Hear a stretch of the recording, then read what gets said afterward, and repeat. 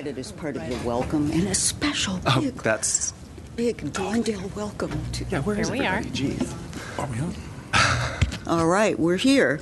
Welcome to the May City of Glendale Historic Preservation Commission meeting. May I have roll call?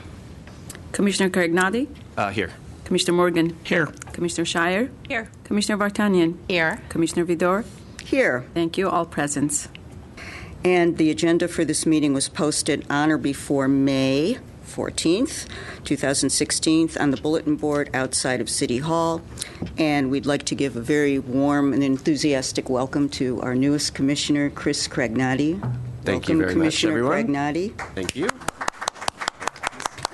Thank you very much. You do not wish to give a speech. Well, I guess I will. I would like, first of all, to thank Councilman Najarian for nominating me for the position and the council for appointing me, and to everyone here for such a gracious welcome. So thank you. Thank you. Thank you. Glad to have you. And may we look at the minutes now and have a review and a motion for approval or amendments, if any. Any changes, additions, or corrections? Motion to approve. A second. Orna. Desiree, second. All in favor? We all.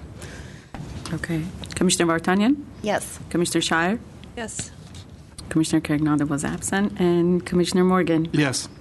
And Madam Chair Vidor? Yes. Thank you. Motion passes. Okay. Minutes. Passes. And we have an oral communication from Kathy Yurka. Kathy, would you like to step up to the podium? Thank you. Good evening, Chairwoman. Sorry, I was still writing. I just finished teaching. Chairwoman Vidor and Council, commissioners. All right, I've gathered myself together. Breathe. My name is Kathy Yurka, and I'm here on behalf of the Glendale Historical Society. We're an all-volunteer nonprofit with more than 650 members that seeks to preserve the architectural and cultural heritage of Glendale. I am here because I understand that City Council has directed staff to propose an increase of the fee for joining the Mills Act program to $7,000. The fee is currently $1,250, or I understand with additional fees $1,400, so it's an increase of 500%. The Mills Act is California's most important tool for encouraging private owners to restore and preserve historic properties. This property tax reduction exists in recognition of the expense that's involved in restoring and maintaining historic buildings. That expense is one reason why Glendale's architectural treasures have been demolished or altered beyond recognition. I did a quick comparison with our neighboring cities. I've been in touch with, I guess, Jay's counterpart at Pasadena, Burbank, and Los Angeles. Pasadena charges $1,100 for a single-family residence to join the Mills Act. Burbank charges nothing. Los Angeles charges $250. The person I contacted said that will likely go up. They're doing a fee study, but the increase will not be that dramatic, and that's a quote. These cities also do not charge to apply to get your property listed as a landmark. So this is the only fee you pay for the whole process. We believe that this will have a significant negative impact on historic preservation in Glendale. We're strongly opposed. We think it will effectively kill the Mills Act program, except possibly for the wealthiest people who will think nothing of paying $7,000 to join it. So we would like to see our city's vibrancy and attractiveness and the welfare of all residents protected by preserving our historic resources. Thank you. Thank you very much, Catherine. I know we're not supposed to discuss oral communications, but may I make a comment, Mr. Platt? Of course. Okay. I think that the Mills Act, we all think, I assume, I don't want to speak for the other commissioners, but that the Mills Act program is a wonderful, wonderful incentive, and such an increase is clearly a disincentive for an incentive program, which doesn't make any sense at all. So, empathetic to your comments. Anybody else want to make any comments at all? Because we're on the comments section now, so comments from commissioners, if anyone has one. Well, I agree with Madam Chair person that this is a disincentive, and it's kind of insane to go from $1,250 to $7,000, and I'm sure we will be told exactly why it's going up to such a high rate, or are they just kind of fishing on it? So I'm going to have other comments on other things, but I'd like to let everybody comment on this one first, because I think it's very, very important. It's most of what we do here. Sorry, I can address that, or I could wait until if everyone else wanted to say something. I was just going to ask if there will be an opportunity for us to talk about this, because I know it's not agendized before it goes to a vote by City Council, or what's the timing? The timing, which I was going to share, is Tuesday at 3 p.m. at the budget hearing at City Council chambers. So that time is, as of now, when they're going to be discussing this. And the meeting is, of course, open to any member of the public who would like to testify. And commission members can testify as members of the community also. The commission itself, I believe, cannot testify on this issue. This is driven by City Council, and some members are interested in looking at this. Other members, not as much, but there was enough support to move this forward as a discussion item. Staff hasn't been directed to weigh in one way or the other. Our opinion is we're basically just doing fact-finding similar to what Ms. Yurka did in terms of comparing costs with other cities. One of the issues is that many cities like Los Angeles incentivize Glendale Register or local register and Mills Act contracts. We have historically incentivized both of those also. Our Glendale Register is free for the application, and our Mills Act fees don't come close to registering the cost over the period of the contract. One of the issues Council is considering is what is full cost recovery. And I assume they will be weighing that versus the concept of incentivizing. So if there's support from the community to maintain low fees as an incentive, as we have done, Tuesday is definitely the time to make that opinion known. Pasadena officially does charge $3,500 and some dollars for their local register nominations. That's on their books. That's what they've determined to be the cost recovery for that application. But they traditionally, as a matter of policy, waive that fee. So it is correct that they don't charge for the local nomination. Do you know where the $7,000 number came from? I believe it was a number that was developed several years ago in a previous budget study. It may have come out of our department. I don't remember being involved with that at all. There's also discussion about how much savings people realize through the Mills Act. That's not a number that should be used for this. There's a state law that permit fees, any kind of city issued or city required fees, need to be based on the actual cost of providing the service for whatever permit or any other document you're receiving from the city.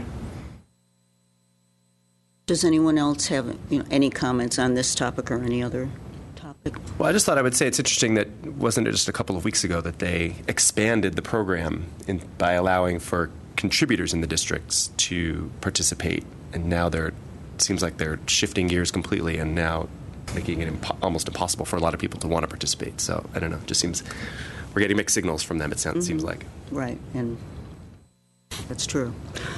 Any other comments? I have one more question, Jay, for you. Do budget items that pertain to specific commissions ever come before commission first, or Never. No. Okay, any other comments? I do, but it has nothing to do with this. It has to do with Brockhaven. Okay. I would like to congratulate the City of Glendale on the addition of one of its properties to the State Historic Register. That property being the former sanitarium Brockhaven, located in Verdugo City in North Glendale on Honolulu Avenue. This is a great honor to be on the state's historic register list. The property will now go to the keeper of the National Register, and if it passes, will be listed on the National Register of Historic Places. This will be the 8th property in Glendale on the National Register. And for those at home and are keeping score and are wondering what the others are, Glendale Register 10, the Southern Pacific Railroad Depot; Glendale Register 14, the Glendale YMCA; Glendale Register 17, the Hotel Glendale; Glendale Register 20, the Alex Theater; Glendale Register 22, the Derby House; Glendale Register 32, the U.S. Post Office on Broadway, and Glendale Register 45, Art Even. These were all listed on the National Register in 1977 with the exception of Art Even, which was in 2002. It has been 14 years since Glendale has been so honored, and Rockhaven is now in good Glendale Historic Company. And we're all thrilled. Anyone I'll second else? that. Yes, me too. Any other comments?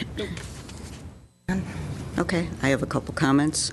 I'd really like to commend the Historical Society on their extraordinarily grand and impressive Restoration Expo. If any of you had had a chance to attend, it was really good to do something like that, and it obviously took a lot of work to put that big an event together. So kudos to the Historical Society, and I certainly hope that becomes an annual thing, although you may be having second thoughts about it. It was really, really quite wonderful. And I also would like to second the Rockhaven thing and especially thank, I think, the Friends of Rockhaven.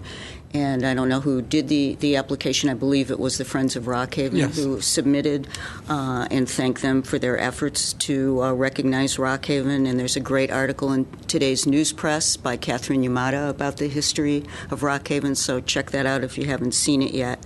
And then I have a couple things that I wanted to bring up as potential items to discuss. Is this an appropriate time to do that? Well, yes, it could be. Could be. He's going, oh, no, not more to discuss. But Let's just say if it's a specific thing about ongoing work at a property, it's best to do that offline before we agendize it, Right. as we've discovered As far with as I today's know, hearing. So it isn't. None of these Yeah, would fall into that yeah. category of I'm sure it's following fine. up on something that happened on a property. And if they do, you can shut me down immediately. The ambassador, I keep calling it the Ambassador Hotel. The Civic Auditorium, I have heard, is going to undergo. I know it's not a designated landmark, but it is a historic landmark in the city, and I understand it's going to undergo some type of modification. Not sure if that's exterior or interior, and wondered if there could be some follow-up on that. I've been reading some email exchanges between the owner of Art Even and various individuals about the fact that there is a house being built on the parcel right next to here's where I gently interrupt. Okay. Yeah, we won't be able to discuss that. All right. So, next. And I'll say why. Okay. It's a legally buildable lot Yes. where there were several years ago there were proposals for construction on two parcels. I believe it's only one property being developed right now. Mm-hmm. And this is outside of the historic district. It's adjacent to the Art Even house. But it will be an ongoing design review issue, and there'll be public forums for the public, for commission members, as members of the public, to testify, so we can't really prejudge it or discuss that right now. I see. Okay. I guess I was wondering that it wasn't a judgment about the property. I know nothing about it, and I realize it's a private parcel. It was only that is its adjacency to a landmark, does that trigger involvement by our commission or any kind of consult review? Yeah, not under the code and the ordinances as they stand. And the third one, which I think you're going to mention, is Kalori House and the. But that's on tonight's agenda. That's on tonight's agenda. Okay.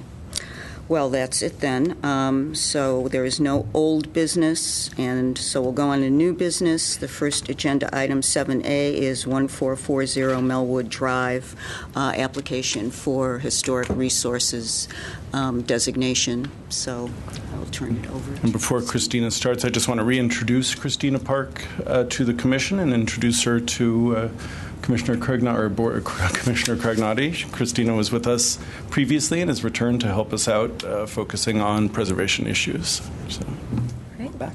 Welcome back. Thank you. I'm back. Right. Good evening, ladies and gentlemen of the Commission. I have for you your consideration today our newest nomination to the Glendale Register, 1440 Melwood Drive, which you may know from the 2015 TGHS tour, Med for Modern. 1440 Melwood Drive is a single-family residence located in the Verdugo Mountains. It's a post and beam structure built and designed by Edward Kirtland in 1958. Kirtland, we don't know a whole lot of information about him, but we know that he was a builder. He was also a licensed architect who worked mostly in Pasadena. One of the interesting things about the property that we learned was that it was part of a lot that was part of the adjacent lot, 1480 Melwood Drive. So apparently before the house was built, it served as the tennis courts for Jacob D. Funk, which was, I believe, the first general manager of the Glendale News Press. So just a little bit of trivia. So typical of many hillside modern-style homes, the front facade is very plain in contrast with the rear. What you first see as you enter the driveway is like an integral parking garage, which it's canopied by this sort of broad overextending eave that you see continuous throughout the home. So the cladding, most of the cladding throughout the house is like a finer than usual board and batten, which gives it sort of this interesting raked character. You also do see a little bit of stucco, especially at the non-dominant like side facades. Moving towards the main entrance, you see a flagstone chimney and a planter. So the eaves create this sort of a covered patio as you walk through.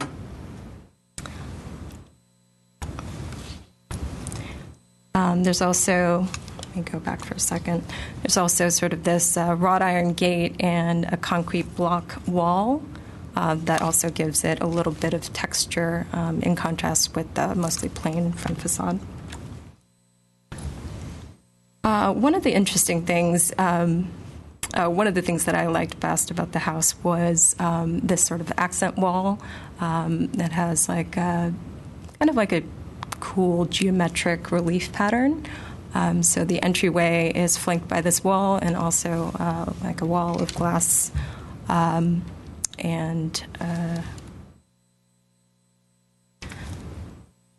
moving on. There's a little bit of landscaping at the sides. This is mentioned in the alterations. Most of the landscaping is not original. It's done pretty recently, but I would say it's done sensitively. The side facades are pretty plain. You see some of the steel casement and corner windows, but again, pretty unornamented. So where it really opens out is the rear of the property. You have this wide deck, which is not original, but was done pretty shortly after construction, I believe in the maybe 1959 or 1960. Of course, the materials are much more recent.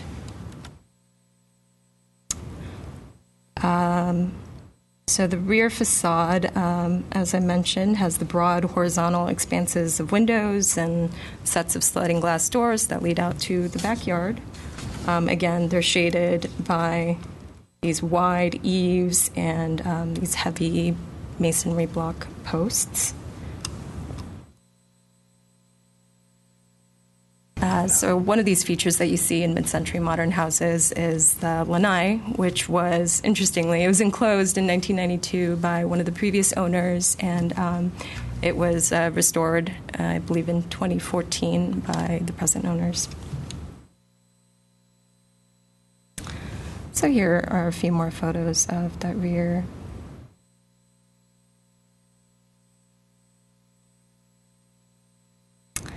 And just as a bonus, these are a couple of Kirtland's other designs. He seems to have specialized in, fairly modest-sized single-family residences. Both of these are in Pasadena.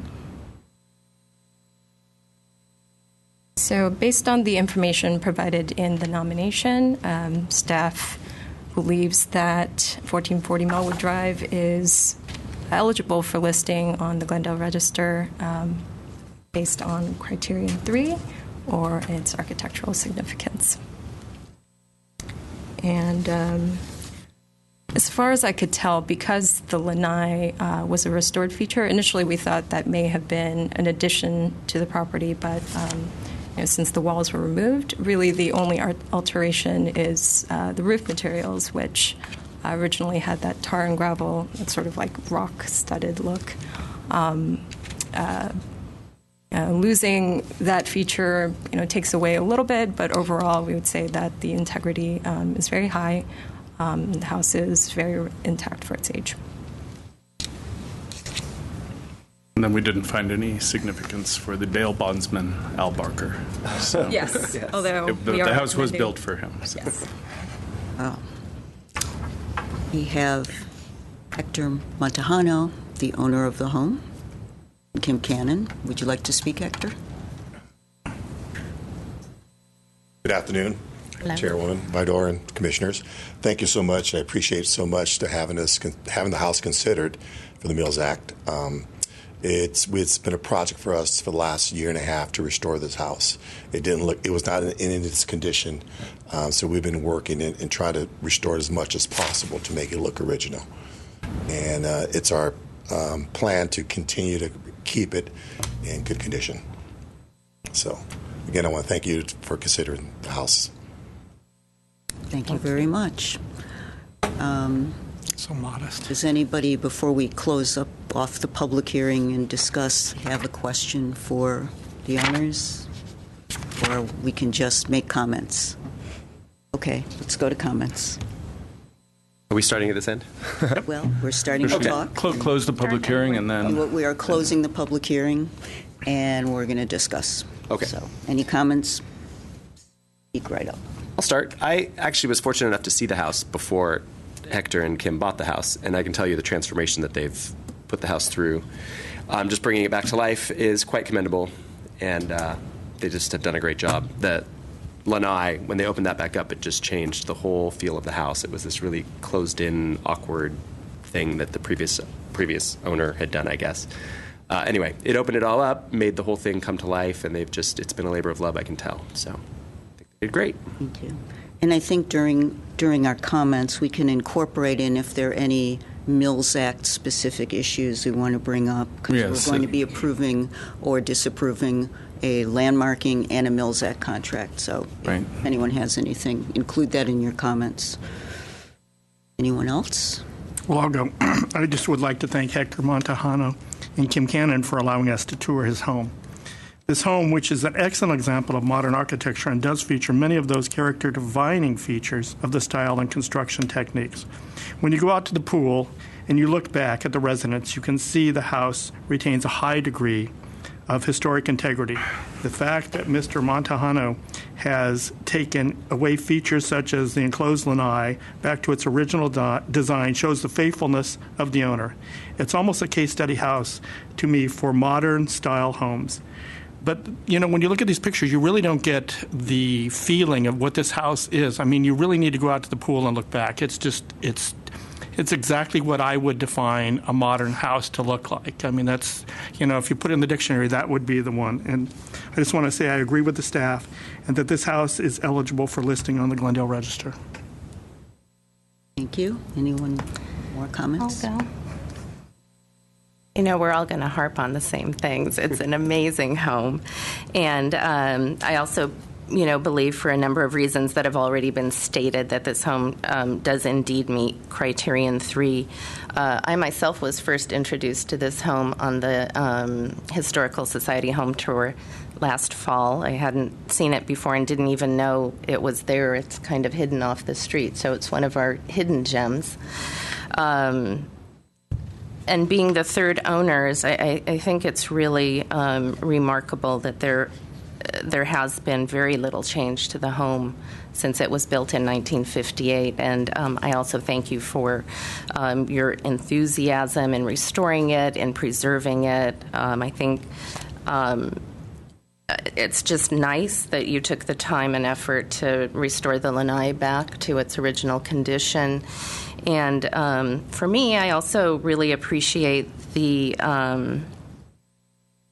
some of the textural accents that were brought up. You know, we have this very simple, clean, modern home with very nice flagstone elements, as we saw on the exterior chimney, and the planter area, and then the pierced block element at the front of the house. And again, that front entrance wall decorated with the geometric and Mesoamerican relief pattern. So there's really a lot going on. And yes, definitely that integration of interior and exterior. I mean, when you walk in the house, and the entire back of the house is a full expanse of glass with beautiful views of the city. So I didn't see anything specific. I think we have a pretty detailed work plan for the future that we'll probably go over. But again, thank you for bringing the nomination forward and for loving the home. Yes. So I too want to say thank you for bringing this up for our consideration today. It's a beautiful house, and knowing your previous house, I think it's so amazing just to see how people can fall in love with different styles of architecture in Glendale. And what a nice variety we have, from beautiful Spanish colonial to English Tudor to modern. And you have just done a phenomenal job with the restoration, your attention to detail, and for retaining what was there, for bringing back what, alterations had been done that weren't appropriate. It's beautiful. The views from your property are incredible, but then looking back at the house is just as beautiful. And I love looking back at the house, seeing this beautiful streamlined post and beam style with then the Spanish collection kind of behind it. It's a wonderful house. I fully support it. Mm-hmm. I also appreciate the time and effort in the work plan and agree with those proposals. Well, there's really nothing more left to say that won't be repeated, but I find it incredibly inspiring that you did all of what you did, which is so meticulous and beautiful, in 1.5 years. It just seems like a longer project. So not only quality, but speed, too. Just quite amazing. And the house does look beautiful. It's inside and out, very atmospheric, and with the spectacular view out and the pool area and the now open lanai, thanks to you.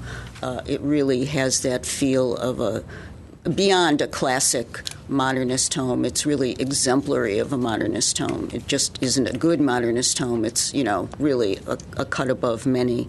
And I looked around and thought, well, what are the things that have changed? And that small addition that's a bedroom is very sensitively done, I think. I realize that came before, but I don't think that negates anything. I like the fact that it blends in beautifully, and yet the texture of the walls are different, so it really nicely differentiates, but it just about hit the sweet spot of where an addition should fall. And I think, first I went, oh, darn, the gravel isn't on the roof anymore. But I think you did a really remarkable job of coming up with a nice roof solution for the house, because if you do have a lot of tree, foliage falling on it, you need to clean that off for safety's sake. And so you did the best, I think, that could be done under the circumstances. So I think the house is just wonderful, and I congratulate both of you. And, there was one thing I noticed, and I think it might be in the work plan, and I just wanted to mention it. On those fabulous, those stone stepways that you have in that one area that are so great, the ones that I think you took some of them apart and repurposed them. There's one area where they're surrounded by wood. And it's in the main part where there are like wood surrounds around, not the patio part where they're round, but where they're square. And I noticed that some of the wood looked like it was decaying a little bit, so maybe just in the interest of preserving that, you might want to replace those. Other than that, once again, congratulations, and I can't think of a more qualified house to be on the register. That's it for me. And then with the wood replacement, should that become a condition? Is it? I think it's so minor it could. Yeah, I can't imagine that that they would have. Yeah, put the wood, and there's not much of it either. It's a very small amount, so it isn't it's not a major project. It's a repair. Okay, and then just with the just to remind the commission, the stone steps date to the previous house on the property, and I think it's great that they want to kind of make that link and restore those. When we use the word restore for that, they're actually going to have to deviate because of the way the deck is built, deviate from that original pathway. So as long as the commission is comfortable that this isn't, true restoration, it's going to, parts of it will recall what was there and parts of it will be in the same location. And I'm sorry, can you give us a reminder where exactly are those off the deck going down to Kavanaugh? Yeah, it's going down the hill. Okay. Down as Melwood, is it Kavanaugh down there? It's actually Melwood. It's as Melwood wraps around their property. It's a through lot, and they're coming from the street and then going up the side of the hill, which is pretty steep. So. And is the intent to use those? You can just say yes or no. We're planning to use it. Yes. Okay. We're going to restore it. Great. If there aren't any other comments, can I have a motion to recommend to City Council that 1440 Melwood be listed on the Glendale Register of Historic Resources and that the Mills Act contract as discussed be approved? I'd be happy to make the motion. We'd be happy to hear it. I would second it, but let's make sure we also mention that it would be called the Barker House. Yeah. Oh, we didn't It's all talk right about the name. Do you want me to read it in, or are we good? Or No, read it. Jay? As Barker House. You can read it in. It's in the report. But Okay. I move that the Historic Preservation Commission recommend to the City Council that the property at 1440 Melwood Drive, to be called the Barker House, be designated as a historic resource in the Glendale Register of Historic Resources based on the findings identified in the staff determination, and that the HPC recommend that the City Council authorize the city manager to enter into a Mills Act contract with the property owners for property tax savings. and then if I could clarify with the conditions that the stone steps be returned to utility and in part restored. We're not going to mention the work program for the interior work that's on here, which includes the plumbing and the terrazzo floor. So that would be, and then the restoration or the replacement of the deteriorated wood. So there would be two conditions to the contract. Okay. A second. Roll call, please. Roll call, please. Armane's not here. Commissioner Morgan? Yes. Vartanian? Yes. Shire? Yes. Cragnati? Yes. Chair Vidor? Yes. 5-0. Congratulations. Congratulations. Okay. So now we go on to 7B, the State Office of Historic Preservation's e-learning presentation. We're on Module 3. We are ready to be educated. Bring your caps and gowns. No, that's after. We're not ready when to we graduate matriculate. Oh my. Is there a Module 4? Is there a Module 4? No, I think it's 3. That's the master's program. Thank you. If anyone needs a quick break, I didn't get down here early enough to open this on the computer, so it'll take a second. We can take a 1-minute recess. 1 minute recess.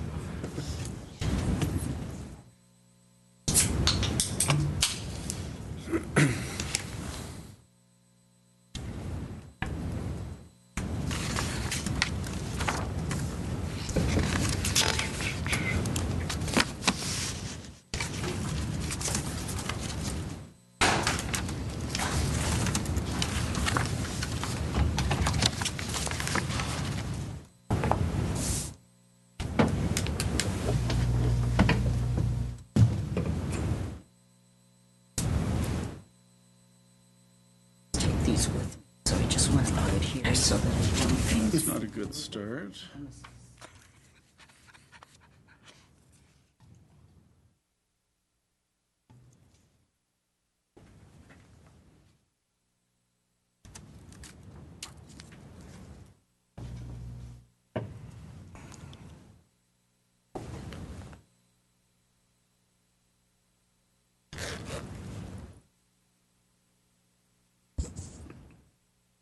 there today. Welcome to Module 3 of the California Office of Historic Preservation's training on the interpretation and application of the Secretary of the Interior Standards for the treatment of historic properties. Hello, my name is Timothy Brandt. I am a senior restoration architect with the California State Office of Historic Preservation. I will be your guide through this module created for local preservation commissioners and others who want to learn how to interpret and apply the Secretary of the Interior standards for the rehabilitation of historic properties. By the end of this module, you will have an understanding of the application of the standards for rehabilitation. Before we go, I'm going to see if I can make this bigger, but I can't. And then just remind everyone, this is the third episode of our learning experience. Last time we talked about the 4 treatments for properties. This time we're focusing on the standards for rehabilitation, which is the key document that kind of guides the philosophy of restoration, or I'm sorry, I can't even use those words, of rehabilitation, but it guides the work that we typically are doing. When the Commission is reviewing a project for changes to a historically designated property or property in a historic district, we're using these as our baseline. And we'll talk later about how staff applies them also in our review. But in the ordinance, basically work that meets the Secretary of the Interior standards can be approved by staff, but isn't necessarily approved by staff. We have the ability to kick anything up higher to the Commission. We'll talk later about why we may not always do that. When things come to you, there is the possibility that aspects of it are not going to meet all 10 of the guidelines, and that's okay.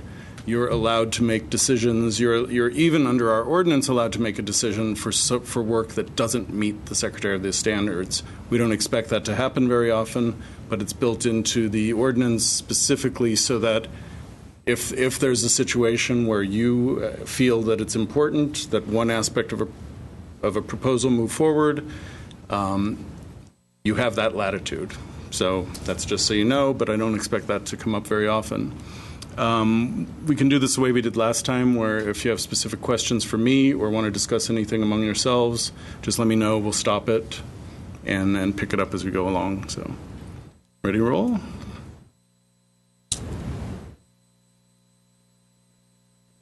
Well, in Module 1, we introduced the Secretary of the Interior standards for the treatment of historic properties as the general principles to govern work on historic resources.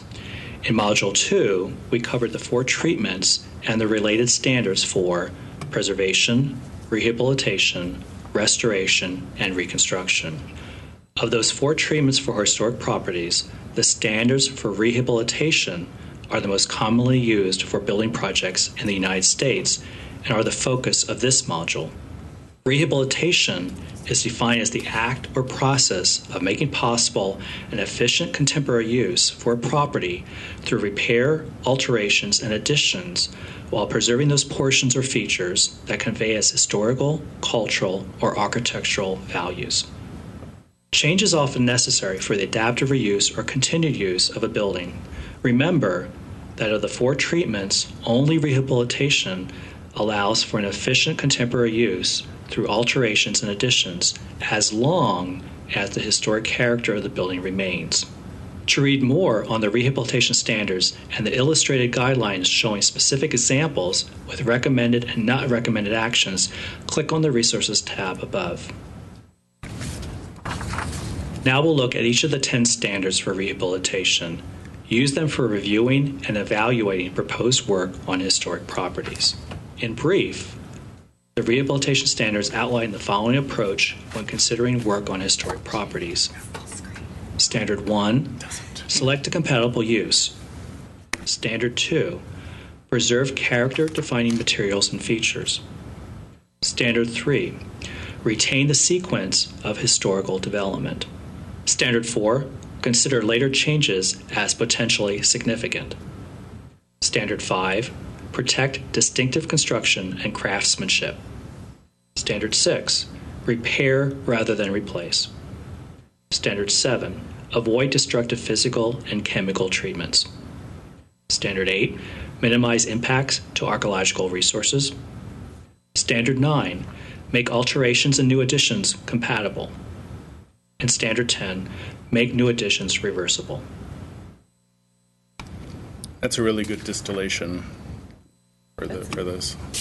Sheet to print out. Okay. Good cheat sheet. Slide 3. So let's begin with Standard 1. A property will be used as it was historically or be given a new use that requires minimal change to its distinctive materials, features, spaces, and spatial relationships. The goal of Standard 1 is to select a compatible use for the building.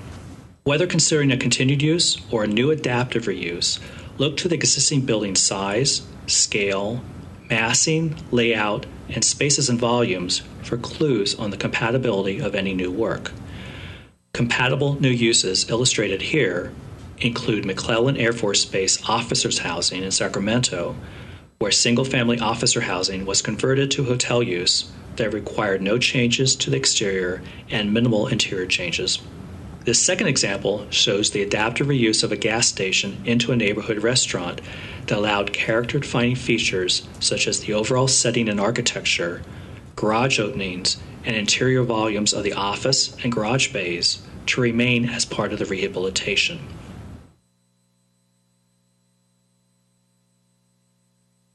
Although some buildings are easier to reuse than others, a compatible use should only minimally change a building's character-defining features, including its setting, architecture, size, scale, massing, and interior spaces and volumes. Here we see the historic fire station at McClellan Air Force Base. Although the building was converted to offices, the reuse respected the character-defining features of the building. What other compatible uses could you identify for this building or similar fire stations in your area? The continued use of a property as originally intended may be more problematic for larger scale buildings, such as these hangars and warehouse buildings, also at McClellan. Although these types of utilitarian buildings may allow for more flexibility in their continued use or adaptive reuse, the same principles apply in retaining the character-defining features of the building and its setting. Programmatic needs that require radical changes are not compatible. Don't give that any more thought. Standard 2 is the historic character of a building will be retained and preserved.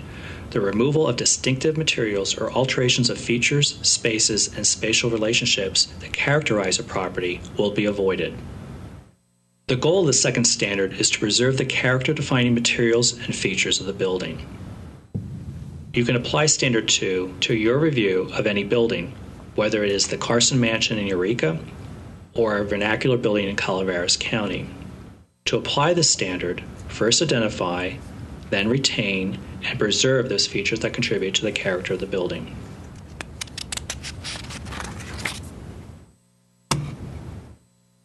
In looking at these two examples of vernacular buildings in the Sacramento Delta, which of them meets the goal of Standard 2? And we need answers here. Assuming we're looking at the white building in B and the one with the columns in A.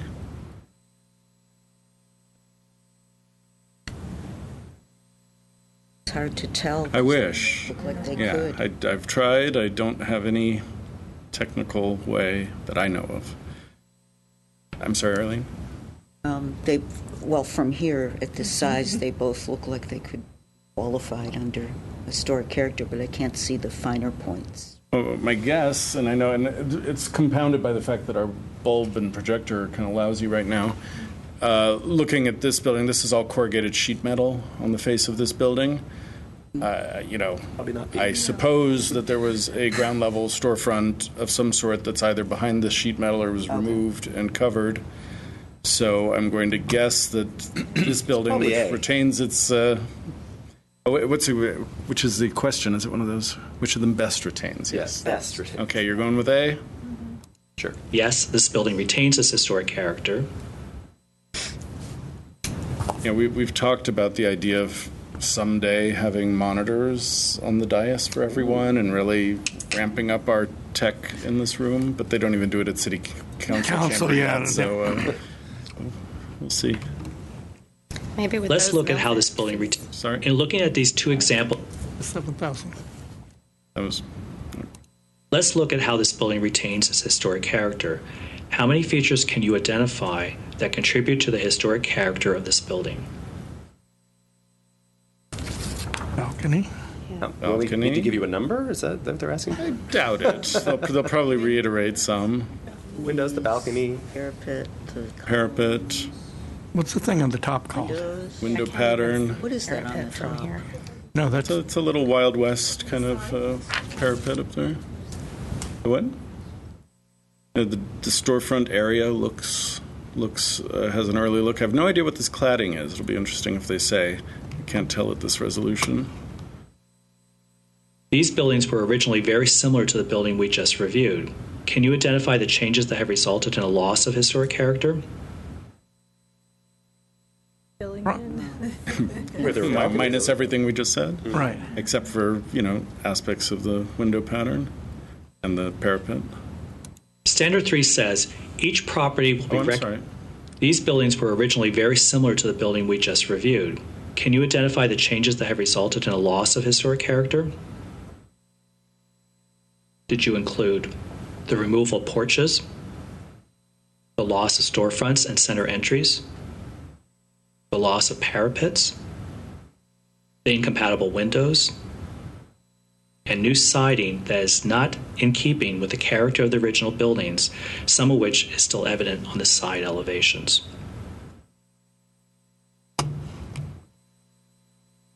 Jay, Standard 3, I'm sorry. these yeah. buildings were are those icons on the upper right side by the toolbar? Are those maybe enlargement things? This up here? Or This- here? Yeah, could that? We'll zoom. Oh, whoa. You are a genius. Hey, look at you. You are a genius. I knew I shouldn't be the tech person in the room. Does that cover everything? Or are we cutting anything Cut out? off the right. Yeah. Can you Yeah. move the whole thing to the left? It's not fitting on screen. No, because unless we change the resolution of the screen. Do you guys want to take a second? Take a chance? Give it a Talk shot. amongst yourselves. No. Let's see, this is What if you just slide the bar on the bottom right? Or the bottom bar? See, there's that, and just slide that bar, Yeah, slide that it bottom so right it's- arrow. There you go. Yeah. We don't really need to see what's on the left, do we? Actually, Not really, I it think helps. it's all on screen. Well, now you know how to go back and forth. It's all on screen. Okay, let's see if this we can You can get make it that a just a little little smaller. bigger. It's too big. Now you're getting greedy. Okay.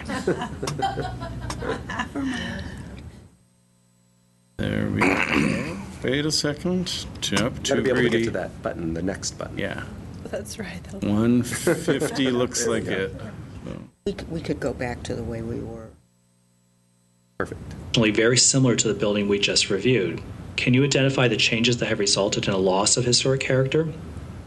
Did we finish this one? Yes. Center Did you entrance, include? yes. Standard 3 says each property will be recognized as a physical record of its time, place, and use. Changes that create a false sense of historical development, such as adding conjectural features or elements from other historic properties, will not be undertaken. The goal of Standard 3 is to retain the sequence of historic development. In this example, a new covered walkway added to create a false Western appearance would not be compatible with Standard 3. This example of Eagles Hall in San Diego shows a 1917 photo of the building as it was originally built.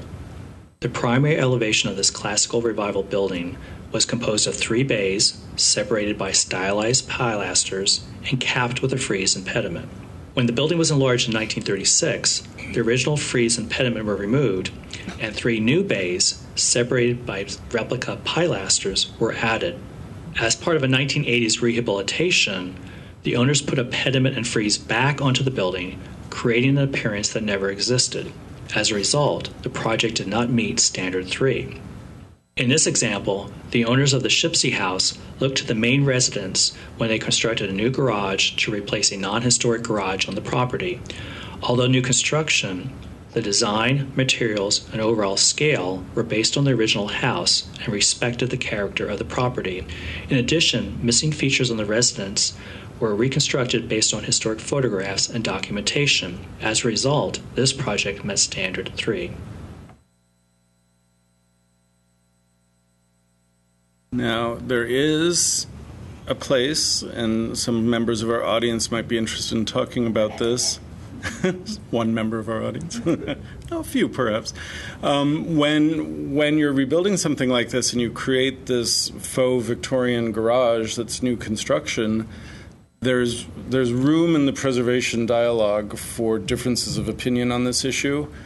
In the early years when the standards were put together, when you read the histories of how this came to pass, a lot of mainly was a lot of architects and some architectural historians working on creating the standards for the Park Service, and a lot of them were coming out of kind of a modernist sensibility in the mid-century.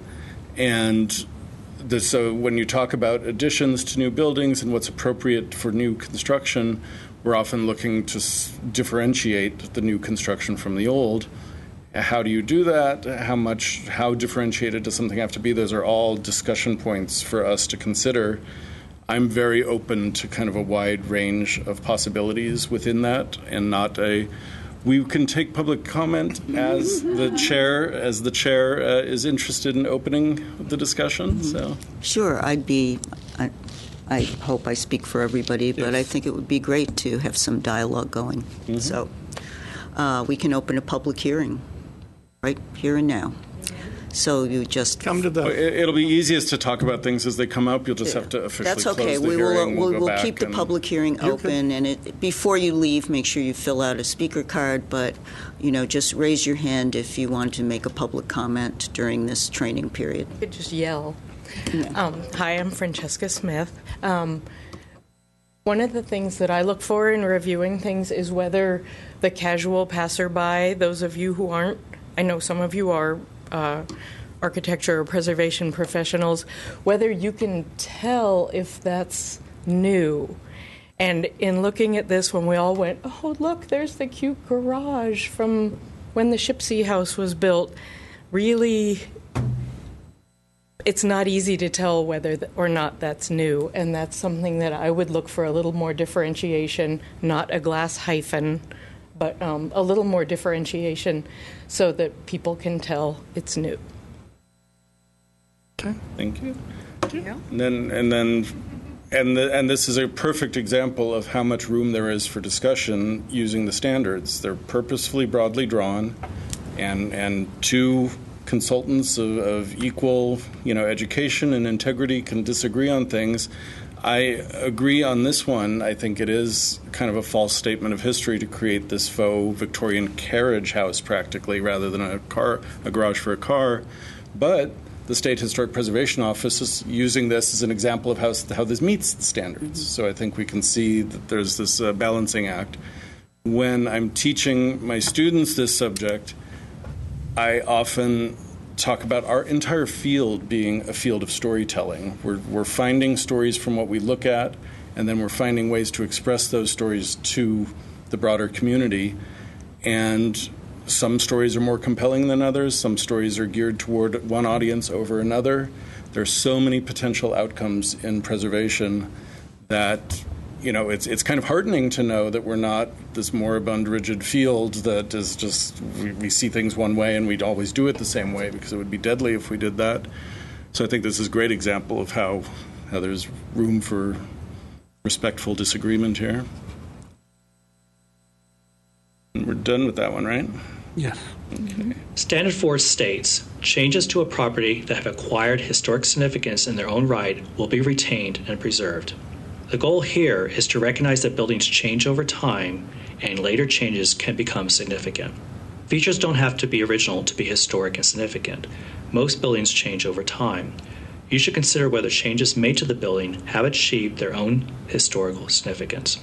This headquarters building for the Southern California Gas Company was designed by Parkinson and Parkinson and constructed in 1925. As the company grew, it continued to expand through a number of additions. This 1941 Streamlined Moderne edition was designed by Robert V. Dara.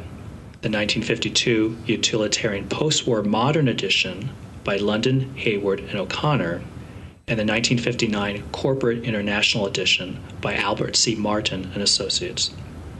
Each of the buildings was designed by a noted architect and also represented the progressive growth of the company. As a result, all of the subsequent additions contribute to the significance of the complex as a whole. And a good example in Glendale, when I started here, there was work being proposed at the Brand Library early on, and the designation of the Brand Library happened at a point when all sorts of buildings were put on the Glendale Register without a lot of documentation. There were no staff reports. It all just happened that the properties that were in the preservation element got put onto the register. So when you think about the Art Center addition, people were saying, like, is the Art Center addition part of the designated Brand Library? To my mind, absolutely no question. It's part of the, even though it's not written in our original designation language, to me it's certainly an addition that's acquired its own significance. And so when we move forward with the rest of the recent restoration, the preservation team, and I think they shared this, they didn't have to be told this, but we treated that building as part of the historic resource. And I think that was a really important thing for us to do. So. And if I'm not mistaken, I think that discussion has come up with the Alex Theater, like window booth at the front and the. Right? It's not original to the building. I've never heard that anyone wanted to tear apart the marquee, but someone could make that argument. Came up, I think that was an option at one point in time, if I recall. Terrifying. I think the Brand Library's edition, the Walton edition, it's such a great example of a sensitive paying homage to the original structure, but in a modern way, that we should submit it to the to the SHPO office, and they should use it as an example. Yeah, I think it's a good one, definitely. I don't know what anybody else thinks, but that's what I think. Good idea. As you saw from the last example, Standard 4 states changes to a property that have acquired historic significance in their own right will be retained and preserved. The goal here is and through a number of additions. This 1941 it's okay, we can look Robert at it again. V. Dara, the 1952 utilitarian post-war modern edition downtown by London, Hayward, and O'Connor, and the 1959 Corporate International Edition by Albert C. Martin and Associates. This building. Each of the buildings was designed by a noted architect and also represented the progressive growth of the company. As a result, all of the subsequent additions contribute to the significance of the complex as a whole. So I thought there was more to the slide. As you saw from the last example, alterations and additions constructed within a building's period of significance may be significant and should be retained. Here we see an 1840s log cabin that was covered with wood siding shortly after it was built. Would you consider the wood siding to have achieved historic significance? Remember that Standard 4 says a feature that has acquired significance over time and is important in defining the historic character and development of the building and its setting should not be removed. As part of rehabilitating the building, the new owners removed the siding to expose the original logs. Would you consider this removal compatible with Standard 4? You could go either way. It's how you tell the story. And it's what you learn in your research. If you find out that someone significant lived in this property and it was during that person's tenure on the site that wood siding was put on, that wood siding may take on a whole new meaning than if someone else just tacked it up for whatever reason. So this type of this kind of log construction is so rare. It's exciting to see something like that in California. So my guess is that would be the way to go. But with everything case by case, and until you exhaust the research as far as you can, it's harder to make a decision, and it's hard to make quick decisions on things like this. Remember that the wood siding was in place longer than the period in which the logs were exposed. Also, the National Park Service, in review of the project, determined that the siding had acquired significance in its own right and should have remained in place because that is what the building looked like for most of its life.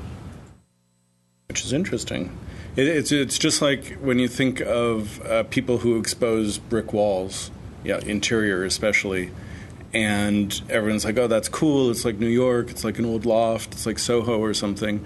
Well, very often those brick walls from the beginning would have been covered with plaster, and taking that plaster off is often a bad thing to do, even though it looks cool. Or so.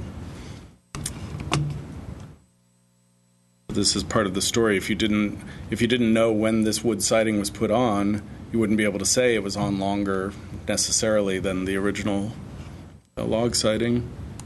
Standard 5 states distinctive materials, features, finishes, and construction techniques or examples of craftsmanship that characterize a property will be preserved. The goal of this standard is to retain and preserve distinctive, character-defining features. Distinctive features in craftsmanship can be very obvious, such as the stair at the Workman Temple in the City of Industry or the ceiling detail at one of the Hearst Castle guest cottages, or be more subtle or utilitarian appearance, as shown in this remnant of Sacramento's underground sidewalks. Character-defining patterns and features in cultural landscapes should also be identified and preserved. Distinctive features of landscapes can include fencing, walls, walkways, driveways, hedges, foundation planting, paving materials, and signage. Here are some examples of landscapes with distinctive features. A tree-lined residential streetscape in East Sacramento, the industrial hardscape at Mare Island in Vallejo, and the design landscape setting of Chase Knowles Garden Apartments in Sherman Oaks. Landscape we're paying much more attention to in our historic district designations. So when we did the Brockmont Park designation, we noted that each of the streets seem to have a dominant tree species on it, so that we want to maintain that because it's part of the overall character of the neighborhood. We looked at the light standards that were brought to our attention in the nomination. With Neodora Drive, obviously, we're looking very carefully at the landscape. And then there are times when, when I worked in New York, there was a movement to try to bring trees into Soho. And I worked at the Landmarks Commission then, and we're like, no, Soho never had trees. And even though it's a totally different neighborhood than it used to be in terms of its use and the people who want to be there, we found it completely against the grain of what Soho was. So it's really important to kind of step beyond and look at these things. It's hard for us with our individual designations or even in the historic districts because we don't usually know enough about the landscaping to identify pieces of it that are significant to a specific property. But we have the provision in the ordinance that if individual trees or plantings are determined somehow to be of significance, they can be protected through the ordinance, even on private property. Standard 6 states, deteriorated historic features will be repaired rather than replaced. Where the severity of deterioration requires replacement of a distinctive feature, the new feature will match the old in design, color, texture, and where possible, materials. Replacement of missing features will be substantiated by documentary and physical evidence. The goal of Standard 6 is to repair rather than replace historic character-defining features. Think of a building or structure as a sum of its parts that all contribute to the significance of the property as a whole. Each lost part begins to erode the integrity of the building.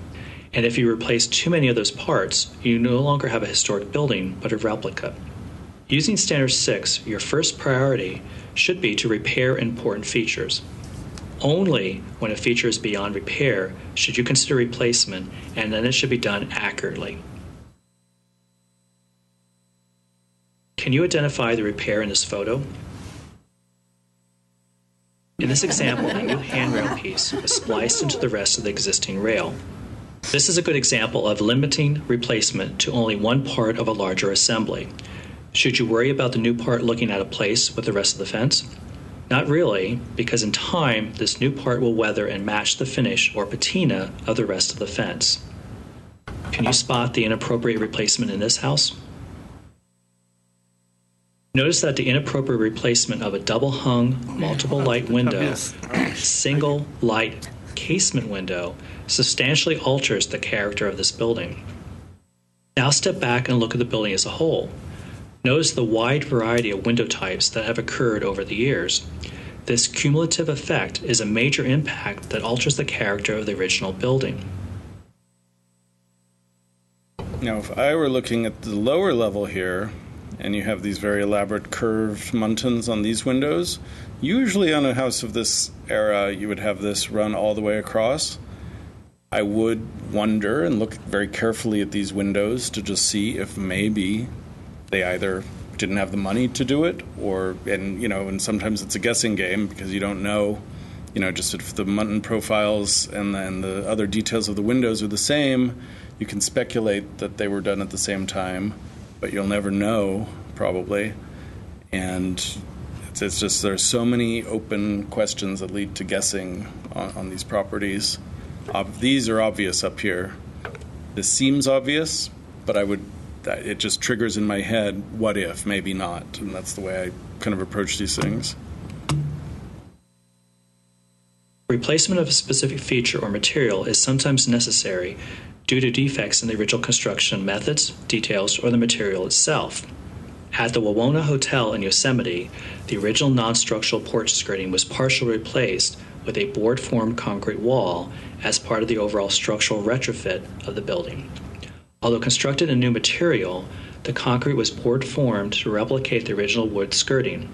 While physically a new material, the appearance and painted finish of the concrete allow it to blend in with the original wood and at the same time correct a structural deficiency. Standard 7 says chemical or I just want to replacement of a specific. At the restoration fair, I learned of several new vendors who do wood window repair that I wasn't familiar with before. And in general, the city, if someone says, can you recommend an architect, can you recommend a contractor, we say no. But for something that's very specialized like that, where in the past we've just had basically one resource that we've known about that we could recommend, we're happy to do that. And so it was great that at this restoration fair we learned of some new vendors who hopefully will be able to work at a price point that more people can do restorative work on their windows. Standard 7 says chemical or physical treatments, if appropriate, will be undertaken using the gentlest means possible. Treatments that cause damage to historic materials will not be used. The goal of Standard 7 is to avoid using destructive physical and chemical treatments. In this example, sandblasting damaged the exterior hard surface of the brick on the left, resulting in a rough, sponge-like texture. The brick to the right of the photo was not damaged because it was hidden behind a sign. Regardless of the cleaning method you choose, always try a test of the method in a discrete place in the building and use the lowest pressure or pound force per square inch for anything involving a spray. Following Standard 8, archaeological resources will be protected and preserved in place. If such resources must be disturbed, mitigation measures will be undertaken. The goal of Standard 8 is to minimize impacts to archaeological resources. New construction or any project-related site work should not disturb any significant archaeological resources. If such work can't be avoided, it should be minimized to the extent possible. Any archaeological discoveries should be documented following archaeological research and treatment plan. To comply with Standard 9, new additions. For archaeology is kind of the forgotten stepchild of preservation. We've actually done it on two properties since I've been here. One was after the station fire, when there was a lot of original irrigation and just other mystery things that were revealed up the canyon behind the Brand Library. We had an archaeologist come out and look to see if any of that material was significant, and that was before a lot of it was donated to Art for the Ashes, which did the art project that came after the fire. They didn't find anything significant there. We've also had archaeological consultation for the site adjacent to the Glendale, the Southern Pacific Depot, where there's going to be work for a new bus maintenance facility. So as part of our CEQA, there was archaeological analysis and there was no excavation, but there was some site visit for that. So it's still part of the city's process, even though for the most part in a disturbed urban area like this, where the ground has been disturbed over many generations through construction and street building, we don't often expect to find things, but we have provisions that if anything were ever found, work is supposed to stop. We're supposed to pull an archaeologist in. We don't do an archaeological analysis for new construction for homes or anything like that. But it's still in there, even though we don't think about it much.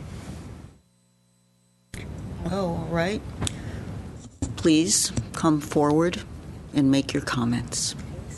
I'll be gentle. Back to the standard regarding repair or replacement of features. I think absent proof that something is not original, it shouldn't be assumed that it isn't original. This has been something that's come up. That was part of the point with the square-gridded windows. Right. So. For those windows, there isn't any reason to believe that they didn't evolve over time, which may have been the period of significance for that property. So I would go with those are just the windows that are there on the first floor. I think it's come up pretty often in Glendale, without being specific, that people have said they couldn't be certain whether a feature was original when there was no evidence to show that it wasn't. So it's something that we should be careful about in reviewing these things. Gently. Sure. Gentlest means possible. Thank you. And it's come up a lot recently, as you all know, probably more than I. Thanks. Anyone else? Okay. To comply with Standard 9, new additions, exterior alterations, or related new construction will not destroy historic materials, features, and spatial relationships that characterize the property. The new work will be differentiated from the old and will be compatible with the historic materials, features, size, scale, and proportion, and massing to protect the integrity of the property and its environment. The goal of Standard 9 is to make alterations and new additions compatible with the historic character of the building and its setting. Additions with their inherent challenges are a subject you will probably face as smart growth, transit-oriented development, and land use planning continue to encourage densification and increase pressure on our historic building stock. Ideally, new work is incorporated within the existing envelope of the building. However, when this is not possible due to space limitations and/or historic fabric, the work should be placed in an addition that is not readily visible. The addition should be differentiated from the historic building so that new work is compatible with and does not detract from the historic building and cannot be construed as historic. I wonder if they're going to talk about this example. Here we see the Mono County Courthouse in Bridgeport, where an elevator and additional stair were needed to provide accessibility and meet code requirements. What is the first thing you should ask in the review of this proposed work? Can the proposed work be accommodated with an existing building without adversely affecting characterizing features? In this case, the work could not be accommodated within the building interior without removing historic features, therefore an addition was an acceptable alteration. Where would you propose to locate the addition, and how would you design it? Yes. Where's the site plan? Yeah. No, you just have the photo in the trees. Right. Here's how they did it. A new elevator tower and open stair were added to the rear of the building because the front and two side elevations were highly visible from the courthouse grounds and surrounding neighborhood. The new addition met the need for accessibility and also linked the main building to a rear annex. Here's a view of the front of the building. The following questions will help you analyze whether this work meets Standard 9. Does the addition preserve the character of the historic building? Venture a guess here? Yes. Sure. That's correct. Remember that any new addition should not change the character of the historic building or damage or destroy significant historic materials and features. Is the addition placed on an inconspicuous elevation of the building? Yes. Yes. That's correct. A new addition should cause minimal change to a primary elevation or any views of the building from the public right of way. Is the addition differentiated but compatible? Yes. That's correct. 3 out The of new 3. work should not replicate the original building, nor should the addition be so different that it becomes the primary focus. The differences should be subtle but clear. Now, glass is the modernist solution. There are probably other solutions in a more traditional vein that would have been equally appropriate here. Is the new addition subordinate to the historic building? That's correct. The addition should be compatible in size, scale, proportion, massing, and design to the historic building. Do you think this addition met Standard 9 to protect the integrity of the property and its environment? Yes. That's correct. The Office of Historic Preservation concurred with the Mono County officials that the work did meet Standard 9. We won't talk about the stairway at the Masonic Temple now. Yeah, that was. Yeah, I was just. But that is one of our interesting struggles on this. Let's use the same process to determine whether the following work also meets Standard 9. Here, the owners wanted to increase the size of a historic building in Portland, Oregon. They chose to add a 4th floor. The National Park Service provides specific guidance for rooftop additions in their Preservation Brief 14. Here are a series of questions based on that brief to help you analyze whether this addition met Standard 9. Is the addition minimally visible? No. That's correct. An addition should not change the overall size, scale, and massing of the original building or become a dominant new feature. Is the addition set back from the primary elevation of the building? No. That's correct. Rooftop additions should be set back at least 1 bay from the primary elevation of a building and not be readily visible. Construction of a rooftop addition flush with an existing building facade would not be compatible. Is the addition limited to 1 story in height? Yes. Although I wonder if this is an earlier addition on the 3rd floor. That's correct. Rooftop additions should be limited to 1 story to minimize its visibility and impact on the proportion and profile of the historic building. Is the addition compatible but differentiated? Not enough. No. That's correct. Rooftop additions can reference but should not mimic or replicate the historic building. In general, rooftop additions are not appropriate for low to mid-rise buildings and are often not appropriate for taller buildings if the addition is readily visible. Rooftop additions are more likely to be compatible on a building that is adjacent to similarly sized or taller buildings. Do you think this rooftop addition met Standard 9? No. As part of a federal preservation tax credit review, the NPS determined that the project did not meet Standard 9. Although the addition was limited to 1 story, it was designed flush with the original building elevation, which resulted in a major impact on the proportion and roof line profile of the historic building. Absent the date placed on the new addition, the difference between the historic building and the addition is not readily apparent. Since both standards 9 and 10 deal with new additions, alterations, or any related new construction, they are usually considered together when reviewing work on historic properties. So let's move on to Standard 10. I can't believe they even applied for a tax credit for this. It's a lot of work. They've done such a good job. Yeah.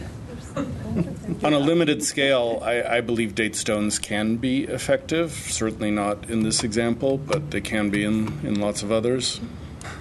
Standard 10 requires that new additions and adjacent or related new construction will be undertaken in such a manner that, if removed in the future, the essential form and integrity of the historic property and its environment would be unimpaired. The goal of Standard 10 is to make new additions reversible. Or in other words, if the addition were removed, could the original building still function on its own? Here we see the Hall of Justice in Sacramento. Originally constructed in 1917, the building underwent a rehabilitation in the year 2000, which included a new rear addition. Project work included a visual separation between the new and the original construction and a few window-to-door conversions to allow interior access. The rear exterior of the original building remained visible within the new construction. Is the addition compatible with Standards 9 and 10? Let's walk through some design issues to see if you think the project successfully met these standards. Does the new wing preserve the character of the building? Want to go back and look at the rear facade? I don't know how to do that. Previous here. Standard 10 requires that the goal of Standard 10 is could the original... Yeah, Okay. Here we see the Hall of Justice in Sacramento. Originally constructed in 1917, the building Okay, so it looks like the building had definitely a secondary rear facade that wasn't as ornate as the front facade. So, Is the addition appropriately placed? sorry, did we miss one again? Here we see the Hall of Justice. Okay. Let's walk through some design issues to see if you think the project successfully met these standards. Does the new wing preserve the character of the building? Well, he said that it's all glass and you can still see it, so that counts for anything. But There's also separation here, and if you remember this, the finer qualities, the rusticated stone and these band courses wrapped the corner but then stopped at a point. My guess is that those are still exposed behind in this niche. So Yes. let's just say yes for the sake of it. why don't we say no and see what happens? Say no and see what happens. That's incorrect. Remember that a new addition should not change the character of the historic building or damage or destroy significant historic materials and features. So they're basically telling us that the significant stuff stuck around. Is the addition appropriately placed? Where else could you put it? Yeah. Yeah, that's the only place to go. If I were doing the design review on this, I would probably push this facade back and make it defer even more to the mass of this building and let these side materials be more clearly revealed. You know, revealing them through a niche is great. They're still there and you can sort of understand what's happening. But I would say it's not ideal. That's correct. In general, additions should be placed on secondary or rear elevations, which are usually simpler and less distinctive in character.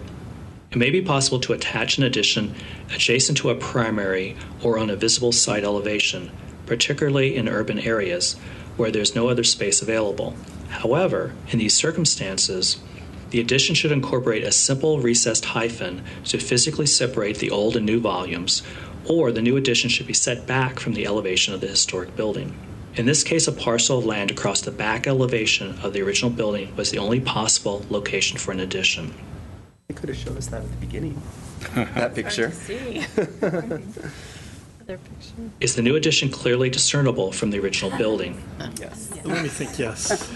Now, to To a the fault. point that it's a little slavish, I to a get fault. I get tired of this. Like, let's create these cornice elements, and it was done in the 70s into the 80s. It's kind of a period of time when this is the way things were done. I'm not sure that they always need to be. And if you look at Europeans go crazy. Like, they make the standards. The standards wouldn't apply to a lot of amazingly good projects that are done in Europe. So we're very conservative here in how we approach it, and that's the way it goes. So, but yes, That's correct. The use of a hyphen to separate an addition from the original building is a common way to provide a visual separation. Is the addition compatible but differentiated from the original building? That's correct. Remember, additions should be compatible in size, scale, proportion, and massing to the original building, reference but not copy exactly features from the original building such as design, materials, patterns, rhythms, and details, and retain and preserve the character-defining features and materials of the original construction. Is the addition reversible and therefore consistent with Standard 10? Yeah. probably. We don't really know enough here to say how reversible it is, but Well, it looks like it would be. The hyphen, it looks like. That's correct. New additions should be considered reversible when, if removed, the original building could still function on its own. In the Hall of Justice addition, minimal connections were made between the buildings, and features such as stairways, elevators, and restroom facilities remained in the historic building, so that if the new addition was removed, the original could remain functional. New passageways between the buildings, made by converting original window openings, can be reversed to restore the original openings. So yes, the addition would meet Standard 10. If you're in San Francisco and haven't been inside the ferry building since they redid it, the interior there is an amazing example of meeting standards 9 and 10, in my mind. Overall, would you say that this project is compatible with both Standards 9 and 10? Yes. Correct. The Hall of Justice project was approved by the NPS as part of a federal preservation tax credit project review. The project met the standards, including Standards 9 and 10 through the use of a clearly modern design, large expanses of glass on the street elevation bay, and a hyphen to provide a visual separation between the old and the new, a new rear facade based on the original building elevation but interpreted in a new way, the continuation of strong horizontal lines from the original architecture to provide linear continuity, the use of granite as one of the original building materials as part of their new addition cladding, the use of punched and inset openings on the rear elevation to match the original window conditions, and most importantly, retaining and preserving the features and materials of the original construction.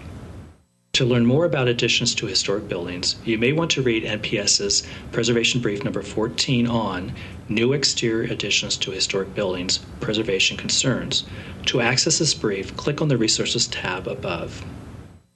I think we gave you guys that brief for the Masonic, if I'm not mistaken. So. This concludes Module 3 of 3 modules contained in this course about the Secretary of the Interior Standards for the Treatment of Historic Properties. For additional information and guidance on a number of historic preservation issues, as well as all the reference materials cited in this module, click on the Resources tab at the top of the screen. This will direct you to an OHP webpage with a listing of and links to a variety of related reference materials. So if you guys go, when you're home, when you're reviewing projects, you have the 10 standards, which are as vaguely written as we just learned. In your Preservation Commissioner handbooks, you have, as part of the Secretary of the Interior section, this entire publication, which includes guidelines, which go into more depth for kind of specific kind of issues. And I think they have a few case studies in there. So that can be helpful to help you formulate kind of your viewpoints and opinions as you figure out how to tell the story to yourself of whether projects meet the standards or not. Thank you. Yeah, thank you. Any questions or comments before we go on to 8? Okay, moving on to 8, updates from the Planning Division. Okay.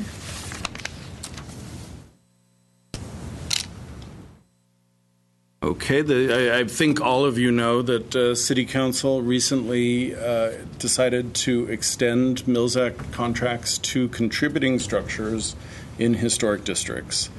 They considered also extending it to non-contributing structures, but decided to back away from that, even though we recommended that it was a positive idea to, if you have a non-contributor, that through removal of alterations or addition of something that's missing could be brought back to contributing status.